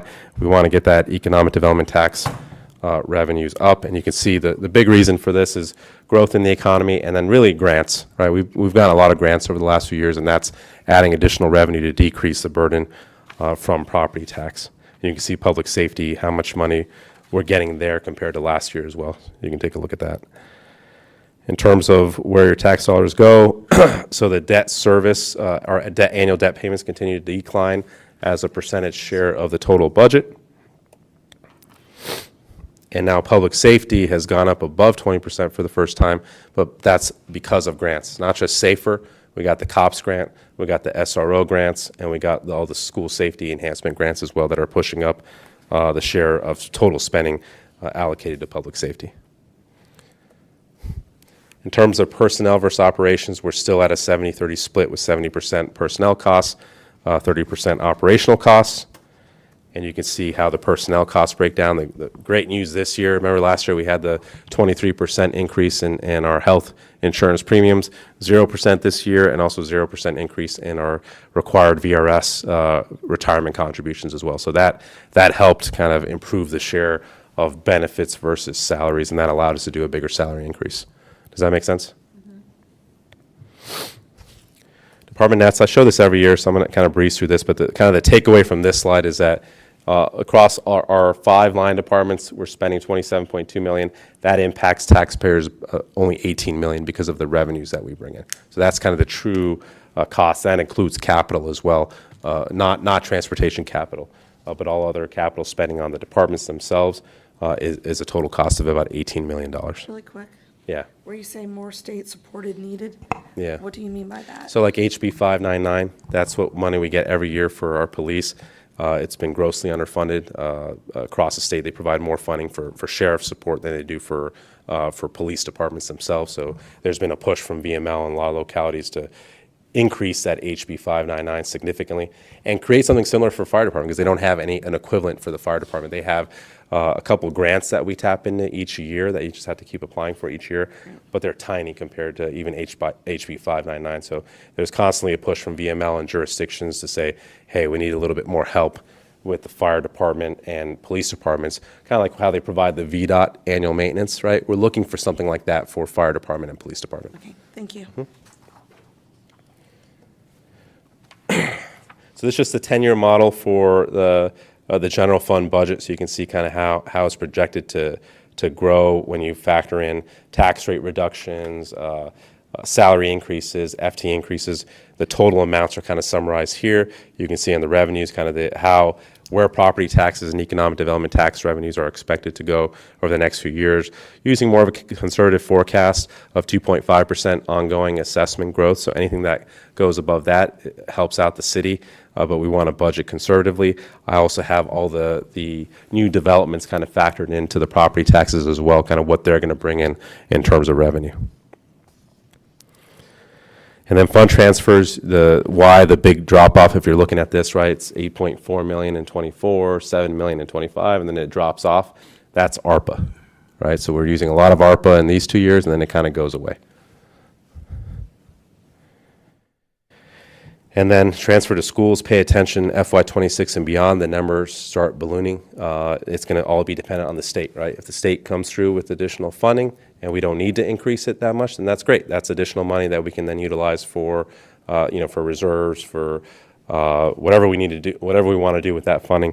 But I want to make sure we have enough that where we don't have to force draconian cuts on our schools if the state funding continues to decline. And then contributions to reserves, you can see it starts off very low and then starts to pick up, especially at the latter part of the 10-year model. So that's where I said the 22 million more in funding for schools. That's if you compare these slides this year from last year's my budget presentation, you'll see how much more is going to schools compared to last year. Budget growth over the 10-year period, you can see a big decline in 26. That just means ARPA's dropping off. So ARPA's been causing our budget to grow. Now it's going to drop off, and then we go back to kind of more stable budgets after that. And reserves are counted in this. So you can see a lot of in these latter years, a lot of this money is actually reserve spending, which is really tucking money away for capital needs and other things. But overall, we're still growing at an average of 1.8%, which is way below what inflation is. So the tax cut plan, I talked about this slide before. You can see kind of what the current plan is, and you guys can tell me if we need to be more aggressive, but we have been more aggressive, and I'll show you what that looks like here shortly. But this year, again, proposing 1.5 cent increase or decrease in the tax rate, and that all this has a potential to decrease even further with additional growth from development. So you can see the first time we did a plan, so in FY 18, 19, there was no way to cut the tax rate at that time, right? The city was in a negative financial position. We were struggling just to make payroll at that time. But at that time, we did plan that, hey, in FY23, we're going to get over this debt issue, and we can start cutting the tax rate. So we promised our residents, hey, in FY23, we're going to start cutting the tax rate like this. And this was the curve that we showed our residents that we were going to commit to. This is what we actually did. So again, we're doing things faster. We're building up reserves faster. We're cutting tax rates faster. We're giving pay increases to our employees faster than what we previously thought because of improvement of our financial position. And what this represents is savings to our residents from this steeper tax rate reduction. So even though we plan this, the curve just keeps shifting this way. As we have more financial resources, we're prioritizing doing deeper tax rate reductions than what we had previously promised. So we're doing more than what we promised. Does that make sense? Yes, the red is planned, blue is Planned. actual. Exactly. Yep. And what's the end game for tax? Like, what's the ideal tax rate? That's a community decision and your all's decision what you want. There's kind of two schools of thought there, right? You want to keep reducing tax rates whenever you can to provide for greater affordability for our residents to ease the pressure on them. The other argument is, well, you want to decrease it, but make sure you have enough funding for your operational needs and your schools and everything else. What's kind of that happy middle, right? I think that's going to be your all's decision for how far we should go, because we know we have a weaker tax base than other jurisdictions, which means by definition we're going to have a higher tax rate if we want to fund services at a certain level. If we're fine with service levels dropping off, you can try to have the same tax rate as these other jurisdictions, but you're going to get what you pay for. So the goal again is just grow the economy so you can do both. So we can increase service levels while getting to competitive tax rates of the other jurisdictions. That's what we're trying to do with economic growth. These are repeat slides, but just as a reminder, remember we had a salary gap of about 1.9 million when we did this analysis, and we came up with the game plan for how to close that gap, that market gap for our employees. And I proposed to you all this, where we used ARPA funding in FY23 to close 75% of that total gap, that 1.9 million. We did that last year. That was great. And then we planned for additional FY25 is kind of covering a few employees that we weren't able to get to 75% in 23 because of budget constraints. And then 26 was the next big market adjustment. So that's just kind of more of a reminder slide, because unfortunately the rest of the region has also been increasing their salaries. So the gap unfortunately has grown, and I'll show you what that is. But this is kind of what our projected salary increases are going to be. As a reminder, last year it was over 11% what we did last year. So we did a very healthy salary increase last year. And I sent you all kind of a list per Councilmember Javed's question of kind of every single pay raise that we've done over the last 2 years via email. This year proposing the 4.4, and then you can see the next big kind of market adjustment. And I'm kind of keeping, just like I'm keeping real estate assessment projections at 2.5%, I'm keeping salary increases at 2.5%. However, as things get better, just like we're cutting tax rates quicker, my goal is, again, hopefully the curve can go higher here as well. Because before, we never dreamed of even doing an 11% increase we couldn't even do an increase my first year. We had to do a bonus for employees because we couldn't even afford a raise at all. Now we're doing some serious raises, and the goal again is budget conservatively in case you have some economic issues, you're not breaking your promises, and always deliver more than what you're promising. That's the goal. So I talked about how the rest of the region continues to unfortunately increase their pay. So the gap, we thought after we did the big FY23 increases was 552,000. It's now up to 1.21 million. So that's a growth in 658,000. And what this table is showing you is kind of how far back we are by department. As a reminder, we really focused on police over the last 12 months. We utilized a lot of the photo enforcement revenue. In ARPA, they got the biggest share as well. So we really focused, but there's still a gap for police, and there's a gap for all the departments, with the fire department currently having kind of the largest gap as other people, including the airport authority, who has firefighters. They're increasing their salaries significantly as well. So we're unfortunately falling behind, but not as far as behind as we would have been if we didn't do what we did last year. So there's still a gap. So every year I'm going to let you know kind of what that gap is. This year I didn't come up with a plan to address this gap. My goal is next year to tackle that issue as well as we get closer, because right now there's nothing really anything we can do at this point until after FY26. We had to do the last previously planned market rate adjustment, and then if things dramatically change for us economically, then maybe we can do more. But that's the goal again, is we budget conservatively at that 2.5%, and if we can do more, that helps us kind of close this gap, or at least not fall that far behind. So you saw this year, everyone's planning an additional at least between 5 and 7%. So we're probably next year when I do this exercise, this 1.2 million is probably going to grow a little bit further as well. So, but the goal is keep growing the economy and keep trying to close that gap for our employees. And this is just another, good story is that I talked about how the property tax burden now has fallen under 70%. That's great news. And this is part of the reason as our economy continues to improve. Cookout was a great addition to the city. Our economic revenues as a share of total revenues continues to go up. You can see it was 11% in '22. Now it's up to 13%. And then for growth, even though, again, the downtown is we don't even have businesses here yet, you can see we're achieving a high growth rate. A lot of it has to do with both inflation. Another it has to do with recovering of our restaurants, and then the addition of Cookout as well. Hopefully with Popeyes coming in the next few years, with the agreement you all voted for, that will only help us out even further. And then as the downtown is added, I think the numbers are going to be higher than this. But again, I'm trying to budget as conservatively as possible in terms of economic growth. And then for annual debt payments, again, there's no real changes until you get to around 31, a slight decrease, and then 32. But really, so like the great news, our debt, we cut it down to 74 million total debt compared to 160 million in FY16. So we've cut the debt more than half in 7 years. Oh, that's wonderful. Which is, Yeah. imagine if the federal government did that, right? Where we'd be at as a nation. Yeah, so we've gotten to a much better position as a city. We're getting stronger, but we have to look to the future as well. So even though the debt's going to drop off here, we have to plan that we're going to have future debt capacity. So that's what part of the reasons why reserves kind of skyrocket here is they're going to the asset management fund, because the goal is you don't want to get to this year and then you throw all this money into tax cuts and pay raises, because then what happens when you have to issue debt for capital, right? We built all these buildings in the 2000s. They're eventually going to have to be replaced or renovated. So the goal is, again, you build up that fund, you keep that debt capacity in your budget, so when you're ready to issue debt, you have that capability in your budget without having to cut anything.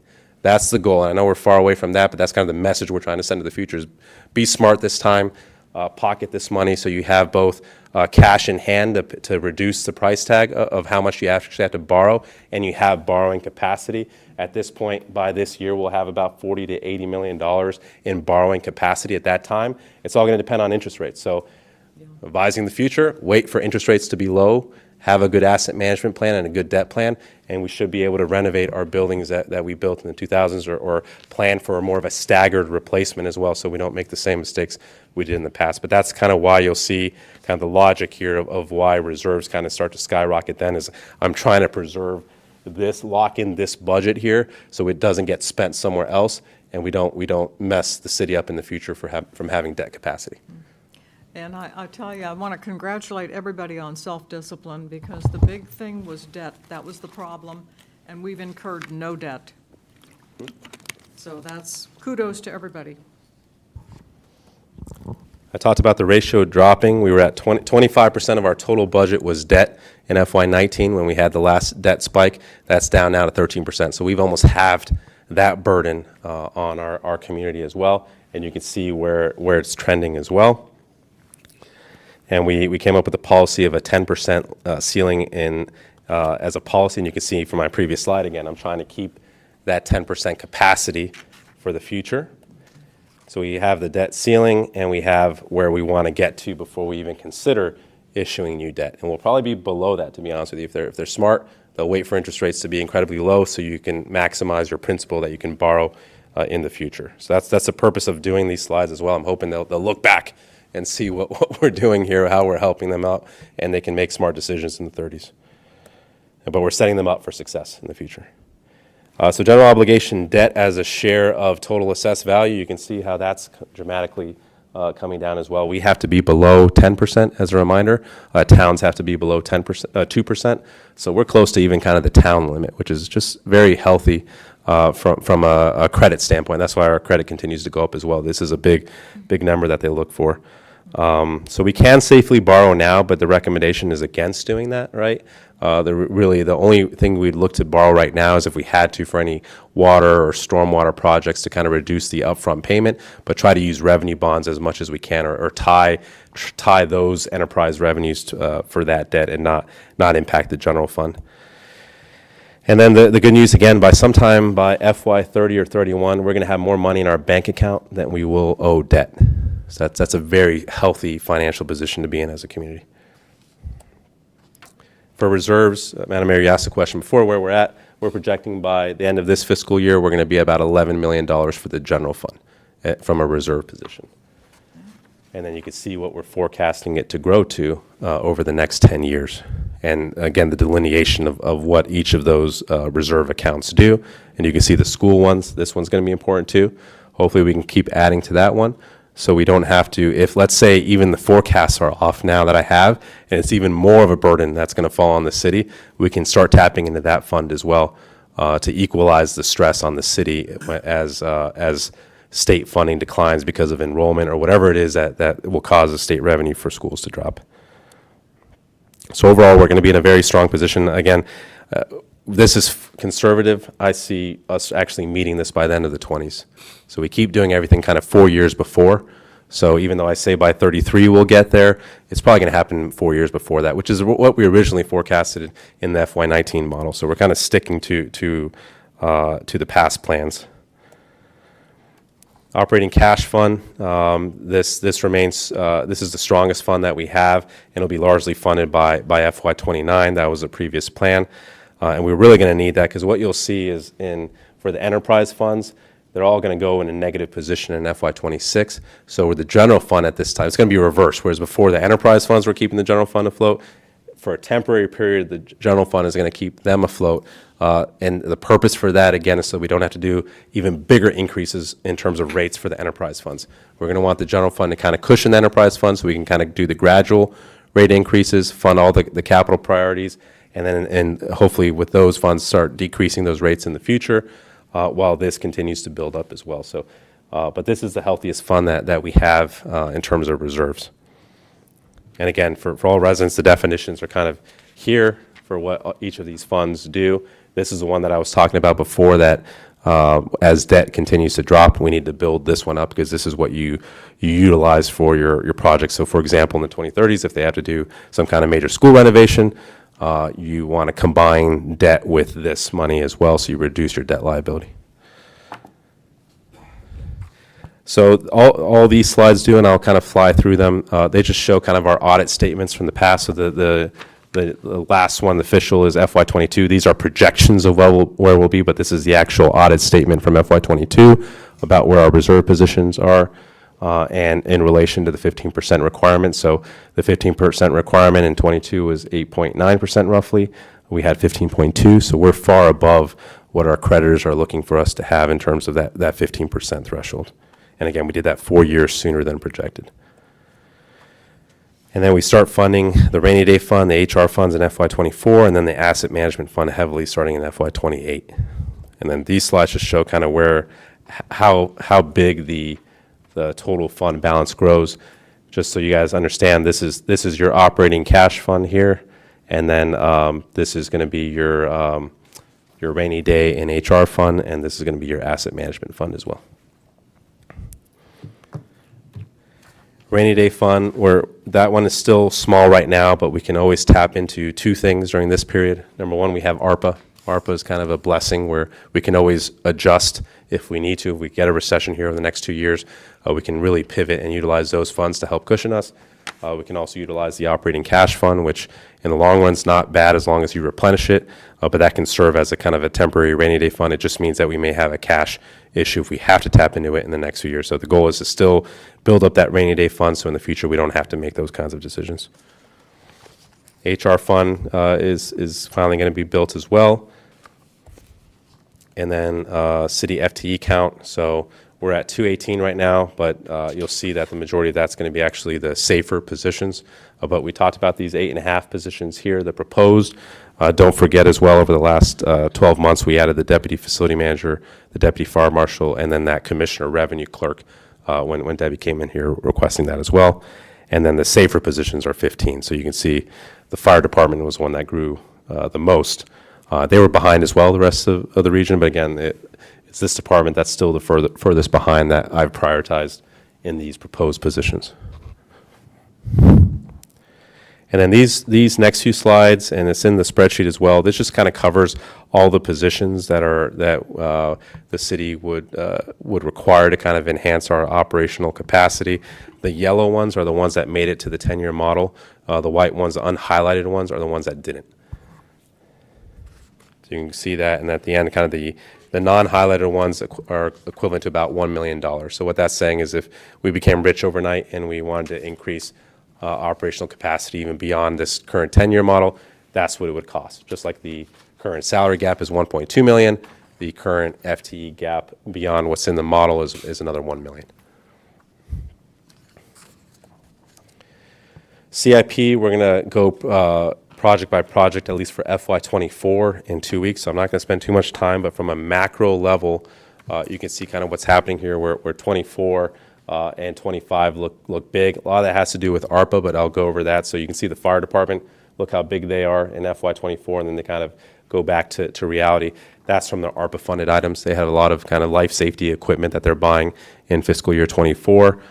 For community development, you can see them. They're also pretty big in these 2 years. That's the smart meters. That's also funded by ARPA.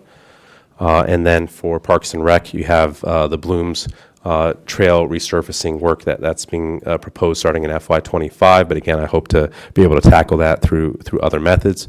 And then for the schools, you have across these periods of FY24 through FY27, you have the middle school roof project, which is very expensive, and then the middle school outdoor air units in FY26 through 27.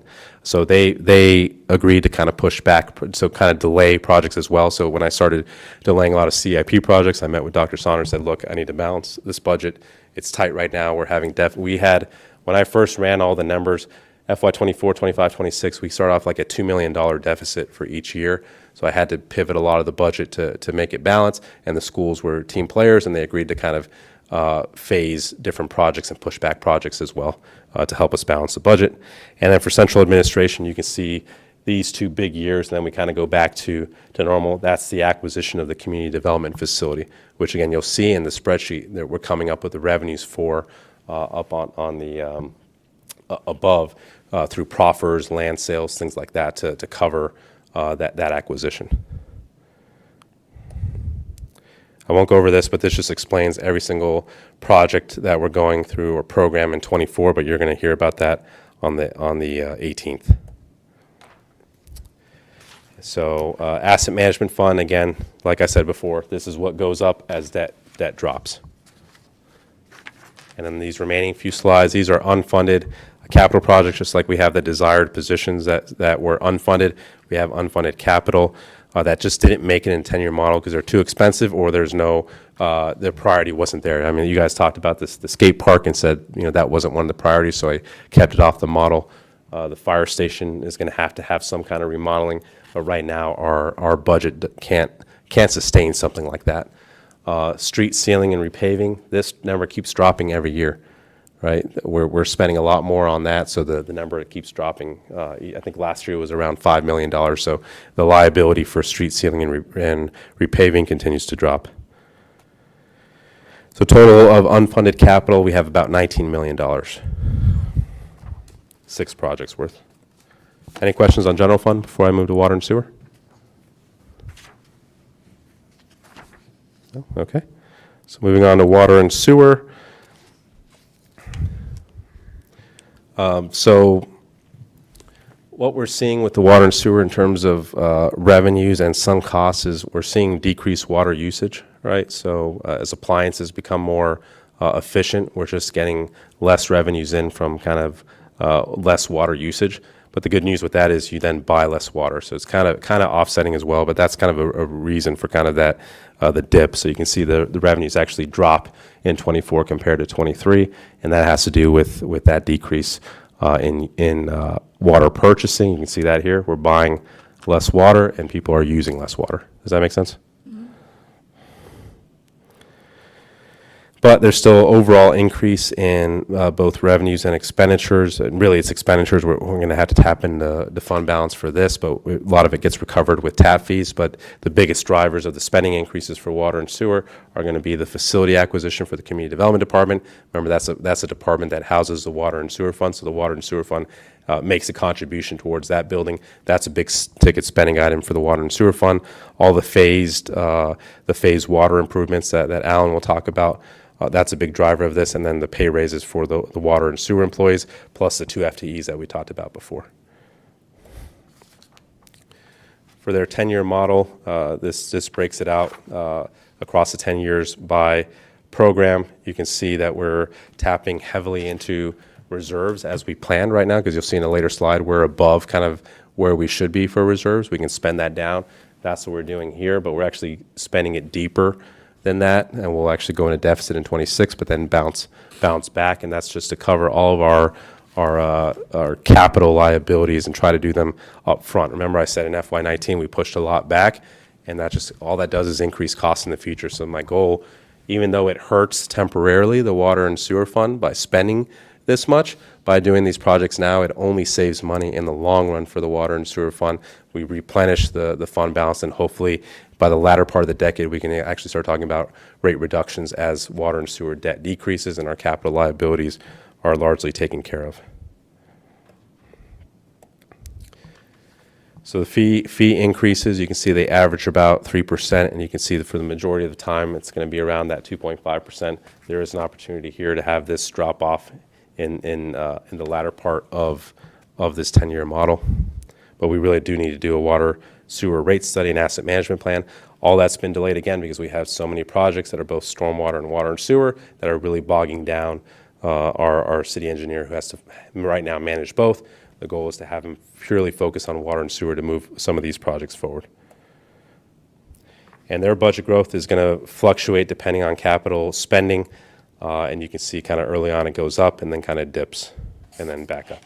But average it's 1%. So even though we have that big kind of robust spending up front, it starts to go down and then kind of balances out. So we're actually spending under inflation for water and sewer.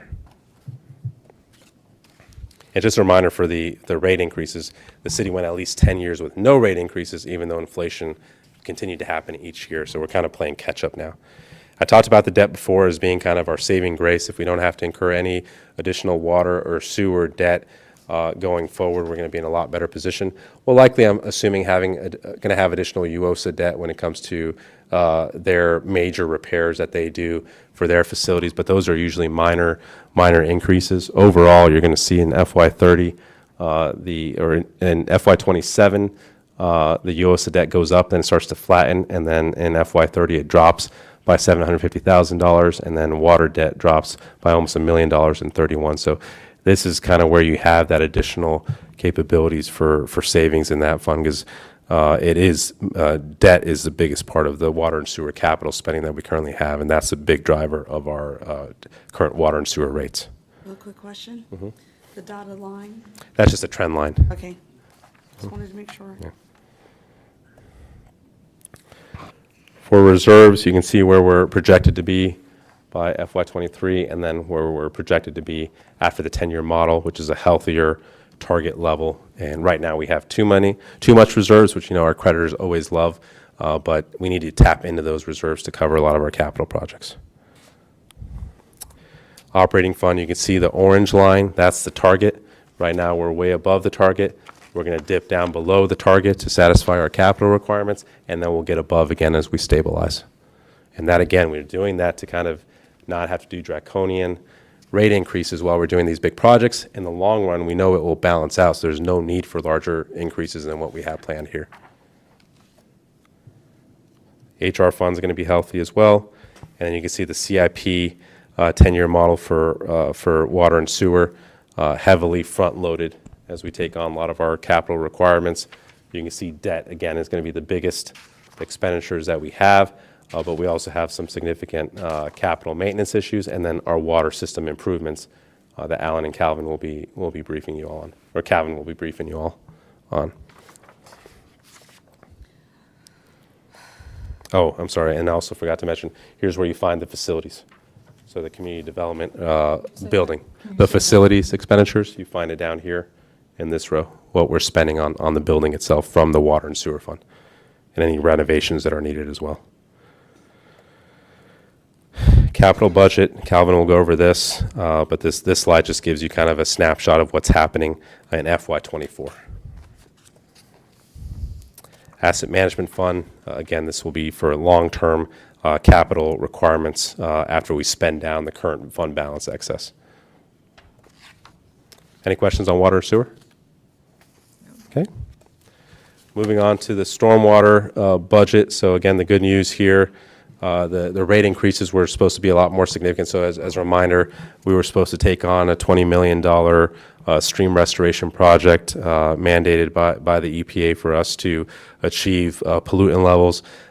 We reached out to consultants for what we can do to kind of save the city money. We came back with the Bird Sanctuary project, which is about $1.9 million. So big difference. It doesn't accomplish all the goals that we have, but it's so there are going to be some ongoing project costs going in the future. So I do forecast that in the model, but overall there's a significant savings from going that route. And as you recall, we're going after some congressional funding for that. So cross your fingers if we get that, then again, less increases are needed in the future to kind of balance this fund out, and hopefully in the long run some decreases in that rate as well.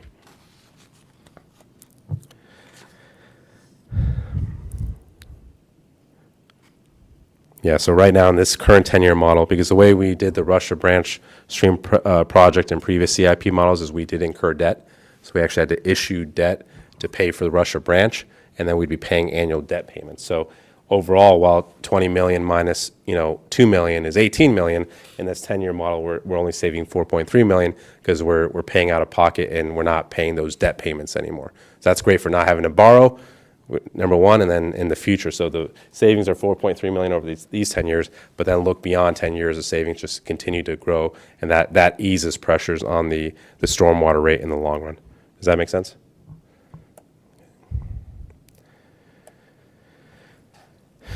For the 10-year model, again, that's largely driven by capital expenditures. That's the majority of expenditures that you have for stormwater, but you also have some personnel when it comes to the actual public works crew that's maintaining our stormwater assets, and now the stormwater program manager as well to oversee the program itself. So the stormwater rate growth plan, you can see again, we kind of front load a lot of the rate increases, and we have been to cover the stream restoration project. But even that, you'll see this fund is going to go in negative balance even with these aggressive rate increases. The hope is that it won't. By us winning the congressional funding or other grant funds, we won't have to go in a negative position, and we can ease this down for our residents as well. So for our residents, the Bird Sanctuary project over this model saves them $272. If we get congressional spending or congressional funding or grants, it'll be even more savings. And then in the long run, beyond 10 years, it's going to be ongoing savings for our residents. And this is what it looks like kind of year by year, what the bill will be for residents for stormwater. And we're hoping, again, that we kind of flatline this. I'm sorry, is that 272 per resident? Yeah, this is per ERU, so that's per single-family home. No, I'm back on 65. 65. Yes, that's the average. Yes, per ERU, about $272. I'm sorry. $272 per ERU. And each ERU is, so a single-family home is 1 ERU, okay. A townhouse is 0.75 ERUs, and then commercial, you have it range, it can be, I don't know what some of them are, 30, 40. It just depends how much space they have. That's how you calculate it. So you see on this here, 1 ERU is equivalent in FY24 to $178. So if you're in a townhouse, you pay 75% of that. Does that make sense? Yes. Yeah. Yes. So we're hoping, again, if we can get grants and other things, our goal is to kind of flatline this, maybe even start turning it this way. Okay. And stormwater budget growth, again, averages 3%, which is less. That's less than inflation. And again, it kind of goes as capital spending goes as well. And one thing I didn't do here, but I realized after the fact that we could do, is a big project in 28 that's causing this spike here is the purchase of the flusher truck, but that's another project that we can add to the VML finance as well to kind of ease the impact of that project as well. This is what I talked about before, the fund balance. You can see where we are right now. This is all in millions. How we're going to dip down to FY28 and then kind of slowly rebound. So even though we're doing those rate increases, we're doing kind of the what's absolutely necessary. And even with that, we're going to dip down here. We're going to take a hit from our creditors. They're not going to be happy to see this, but I have to balance between what our creditors think and then what the impact is to our residents. And in the long run, we're still healthy here, and that's the point I'm going to make to them. It's just I'm trying to not front load the burden on today's residents, and because these are future projects that benefit the future as well. I'm trying to kind of keep the fund healthy in the long run without impacting today's residents too much. So for the CIP model, you can see the good news, 19% of our capital spending over the 10-year model is stream restoration. Last year, that was 63%. So we brought that price tag down significantly. And you can see what's missing from this year's model is all these debt payments that I was forecasting we were going to start making when we proceeded with Russia Branch. Capital budget's here, but again, Calvin will brief that to you all on the 18th. Any questions on stormwater? No? I mean, the auditor is going to not, I mean, it won't be no penalize the city for a negative. No, we don't get penalized as a city. It's where the concern from the creditors. But I'm going to show you a slide in the future where it shows that our overall city position is still positive. Well, that's what I'm saying. Yeah. They should just look at the city position, not just.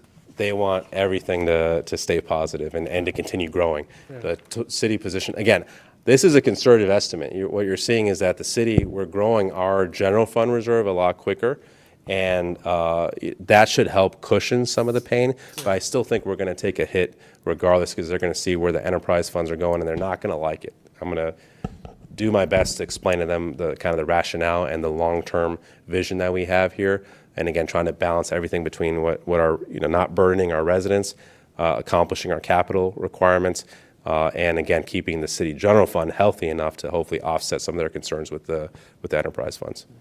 Yeah, I just, I don't want to increase rates any more than I think what we have to. Yeah. So for the solid waste fund, you see the 8% increase.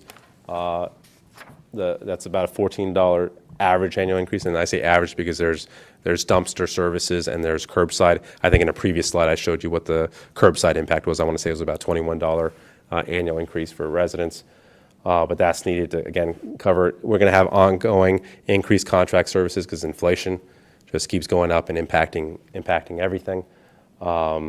And again, we want to address the negative fund balance that it's currently in right now. So it's still in a negative fund balance. It will keep, unfortunately, going there as we, from a budget perspective, but eventually it will be healthy. One of the good news this year is that we're finally getting the municipal host fee. Remember, you guys approved the transfer station. I think it was 1 or 2 years ago, and there was an actual fee associated with that. That's right now projected to generate about $69,000 in FY24 and continue to grow after that. So that's an extra revenue that helped reduce the amount of increase that we needed. A decision point for you all in the budget here, I do have proposed a centralized recycling dumpster for cardboard boxes that we'll put in Signal Hill Park. If you want to do two, we can do one on the east side and one on the west side, maybe at Costello. But the cost for one from a rental scheme and collection is about $2,300 per year. So that's one option. Or again, there was a proposal from a resident that we just buy the equivalent size of our trash receptacles. We outfit the recycling bins to be the same size. I think you get an extra 20 to 30 gallons worth of capacity there. If we buy one for every resident, it would cost around $255,000. That would require an additional 2 percentage point increase on the rate. So if you want to go that route, the rates would have to grow a little bit higher. I think this is a reasonable route, right? Because even if you have the bigger bins, getting those cardboard boxes are still going to be difficult. So if you have a lot of cardboard boxes, well, it's better to take it to the central location. The way they're designing the glass and the cardboard is they're going to be specifically sized for, bottles. Like, so it's not going to be just an open thing where people, because what was happening is we had a large recycling bin before at Signal Hill Park, and guess what everyone was throwing in there? Trash, right? So we're structuring it so it's going to be, for like the cardboard, it's going to be kind of a thin thing for you to kind of slide in cardboard boxes. People always get clever, but the goal is to try to reduce the amount of trash volume going in there and just really have that be for cardboard boxes. So let me know what route you guys want to go. If you think one at Signal Hill Park is good to start off with, test, see if the demand is there, if we want to add another one in the future for Costello Park. But that's a big decision point for the solid waste fund. And here's just kind of the growth, the rate growth plan again, to get us to a positive balance. Here's kind of where we'll have to go with the rate increases. The largest driver, again, is we had to kind of pivot. We weren't, and again, there might be an additional pivot next year. Right now, we're not really charging any of the crew time for Public Works when they have to go out and pick trash. We're not actually charging that to the Solid Waste Fund. We should, so we're actually going to calculate that next year as well. This year, though, what we did is, hey, we have a program manager, and a very little is actually being charged to the solid waste fund. So it's almost like the water and sewer fund and stormwater fund and general fund have been subsidizing the trash fund. So we're better accounting for actual costs. So we do have a program manager. She's briefed you before. So we want to make sure that we're actually covering half of her salary, saying you are, the program manager for solid waste. So half of your time and effort should be spent on solid waste. Does that make sense? Here's what the monthly bill looks like in terms of growth each year. I put Manassas always as kind of the barometer of what to compare us to. They're not proposing any increases in FY24, so their FY23 number is accurate. So that's $26 for single family, $27 for townhouses. So we'll get there somewhere between FY25 or FY26 is when we'll match Manassas, assuming they don't grow anymore. So we'll keep an eye on that. But again, no, we have a lot less customers than they do, so we just have less economies of scale. So the fact that we're actually lower right now is still, a good testament to the fact that we're keeping rates as low as possible right now. Is there a fee for bulk pickup In Manassas? in Manassas Park? Oh, in Manassas Park. Do you know, Calvin? Is there a fee for bulk pickup? I don't. Well, as long as it's a reasonable bulk pickup, like if they don't get charged. If it's not reasonable and it's more than they can take in a small pickup, then they're gonna tell you what it would cost to haul it all. But So- you always contact Patriot for the bulk pickup. So when you call Patriot, you let them know what they're picking up, and they'll let you know if it's going to be a cost? Okay, all right, thank you. What did Calvin say? Yeah, he says, so it just depends how much if your bulk pickup can be picked up by a standard pickup truck.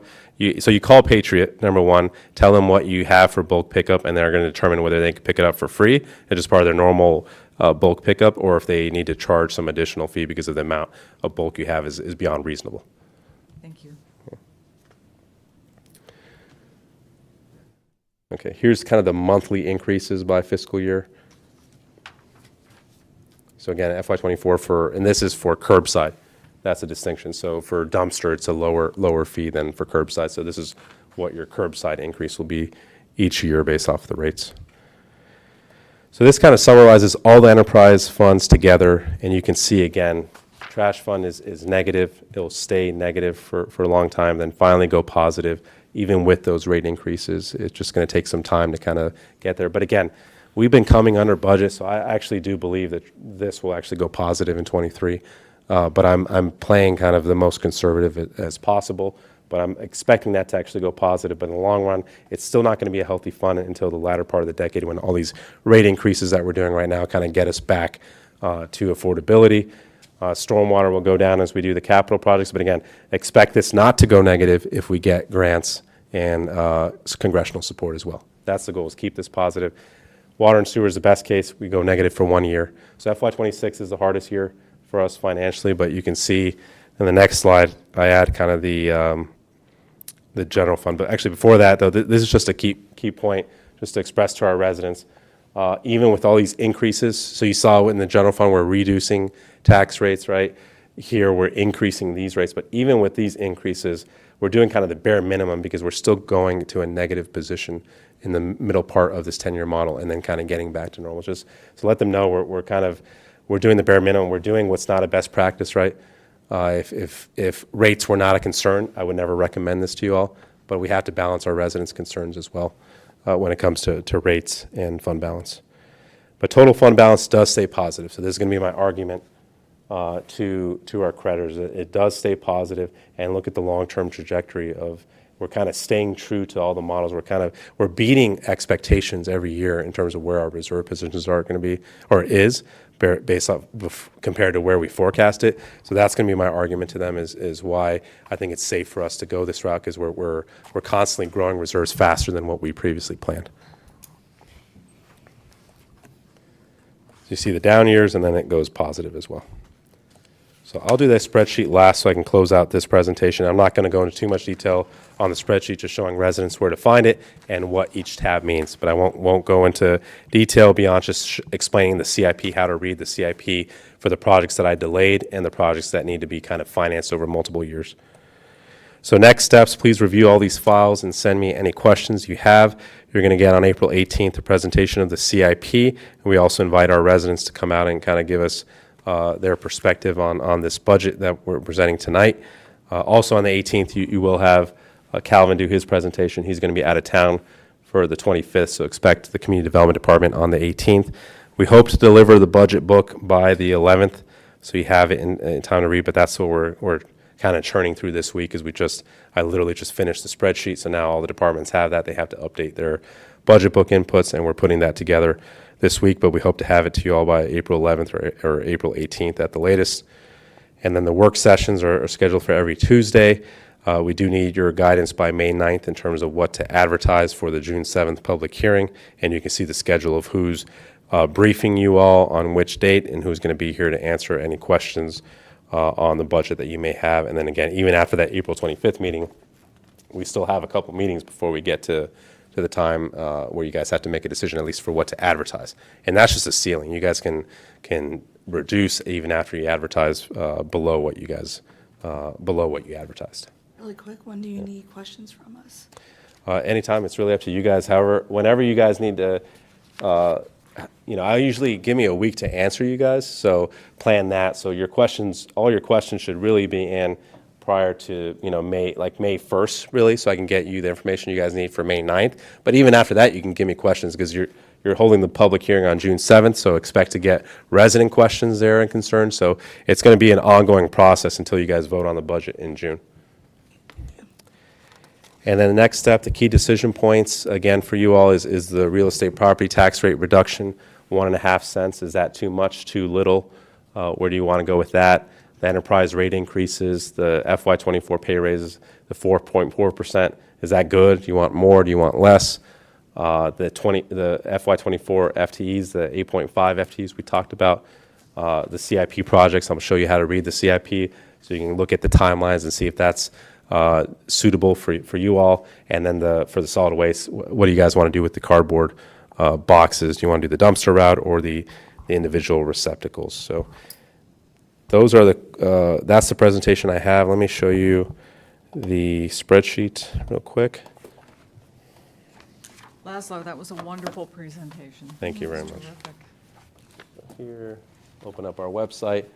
So we'll eventually create a budget page, but for right now, if people just go to the governing body, meeting agendas and minutes, and they go to today's meeting, they can ignore my picture there. And just, this is the spreadsheet, and this is the presentation that I just did right now. So if you open up the spreadsheet, it'll give you an Excel file. And this is everything you need to know about our budget is housed here. This is the overview, the key one. If you want to go into kind of nerdy detail about the actual budget, it's this tab here, the line item. It has every single code, every single general ledger code in our city, every single revenue source, every single expenditure source is here by general fund, and all the enterprise funds as well. The 10-year summary, which is also on the PowerPoint. The capital budget, which is kind of a synopsis, and then this is the CIP. This is the line item budget for all the capital projects. The best way to read this one, again, for you all is as you scroll down, look for red. You see this is red here? So the department wanted to do this sooner. This is one exception. We actually both agree, the department and I, that this project should go back so we can try to get external funding. But if you see red, that means that the project has been delayed or canceled. The way to know if it's been delayed or not, you click on it and then you just go right. You see it's funded here now in 27. So you can see how far it's been delayed. If you don't see any number throughout the model, that means it's been cut out of the 10-year model. And what's the yellow? Yellow, some of the yellow, unfortunately, is ARPA. Is ARPA? But this yellow, I don't know what this is. So we still have to clean up this file, too. We had a lot of comments and back and forth as well. So disregard a lot of the comments in the yellow.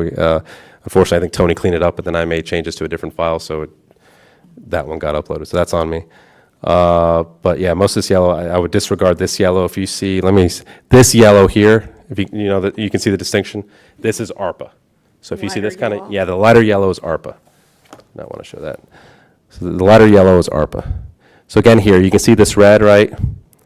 These are projects that have been pushed back. Blue means I'm trying to finance it. So it's a big project. I'm trying to balance the budget, so let's pay for it over 5 years instead of upfront 1 year.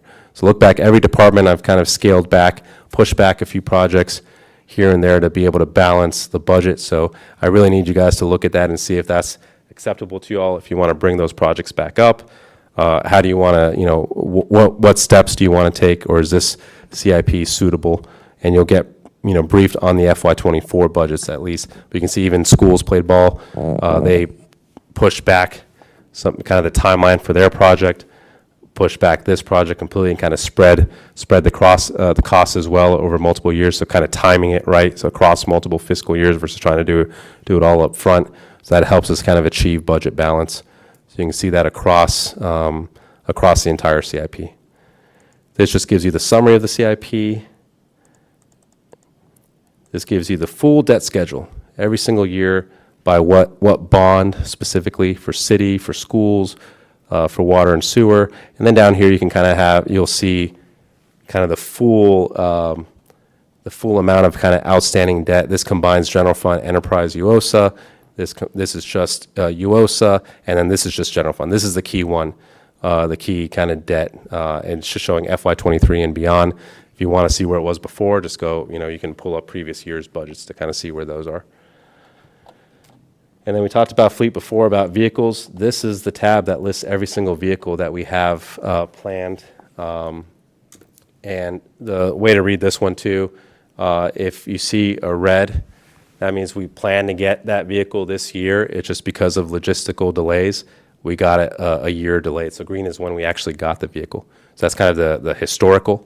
And then you can see every vehicle we have planned going forward. So you can see the name of the vehicle and the purpose of the rationale for getting the vehicle, and then every year what we project the cost to be for those vehicles.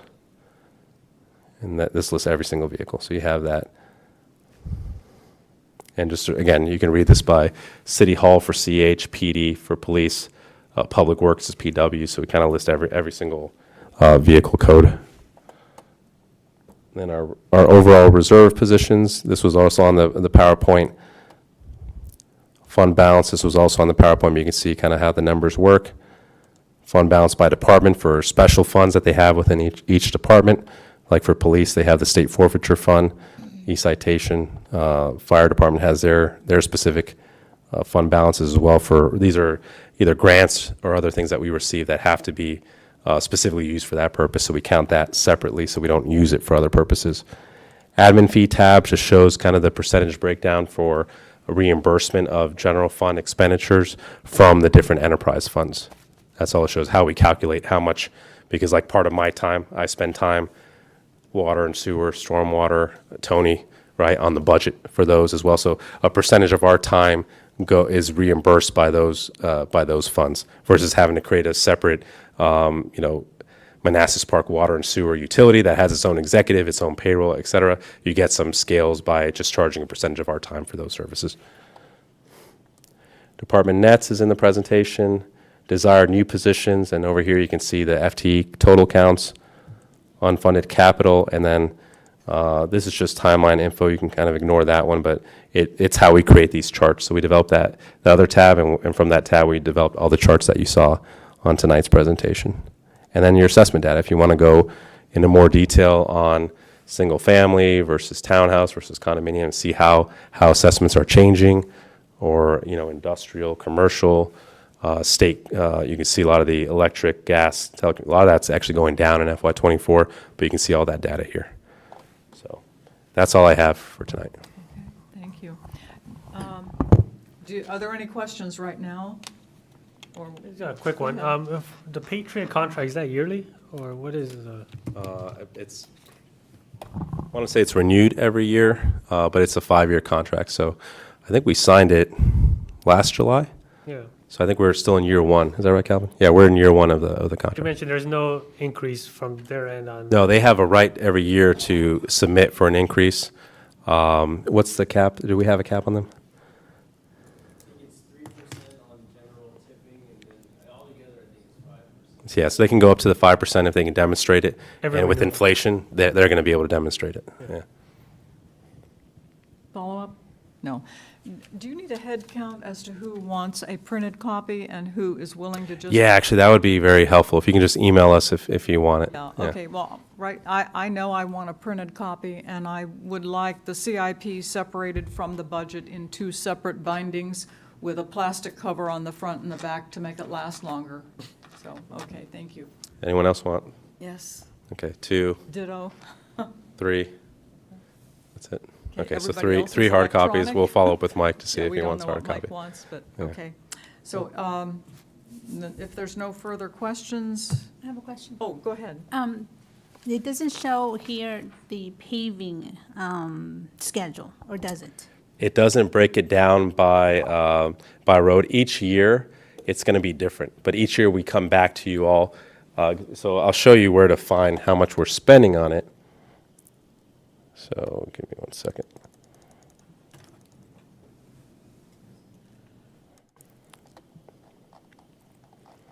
So if you start from the top, like when you open the file, The paving schedule? Paving. Paving. yeah, so when you start from the top, green is revenue, right, transportation. Scroll down to the first red, general fund capital expenditures, transportation, street improvement and resealing. That's the line that shows how much we're spending each year. Okay. And each year, you can see this is above the new proposed threshold. I have to come back to you all, and I will bring you all that year. We play Tetris with this, right?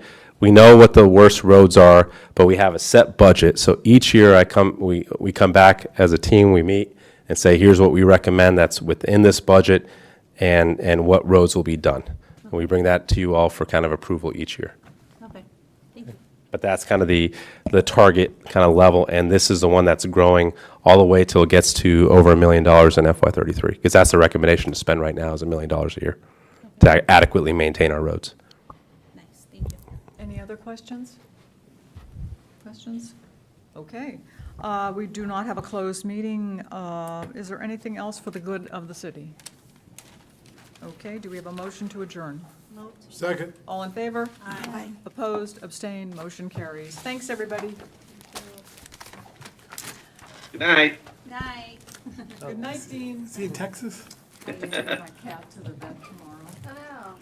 She has lost so much weight, you would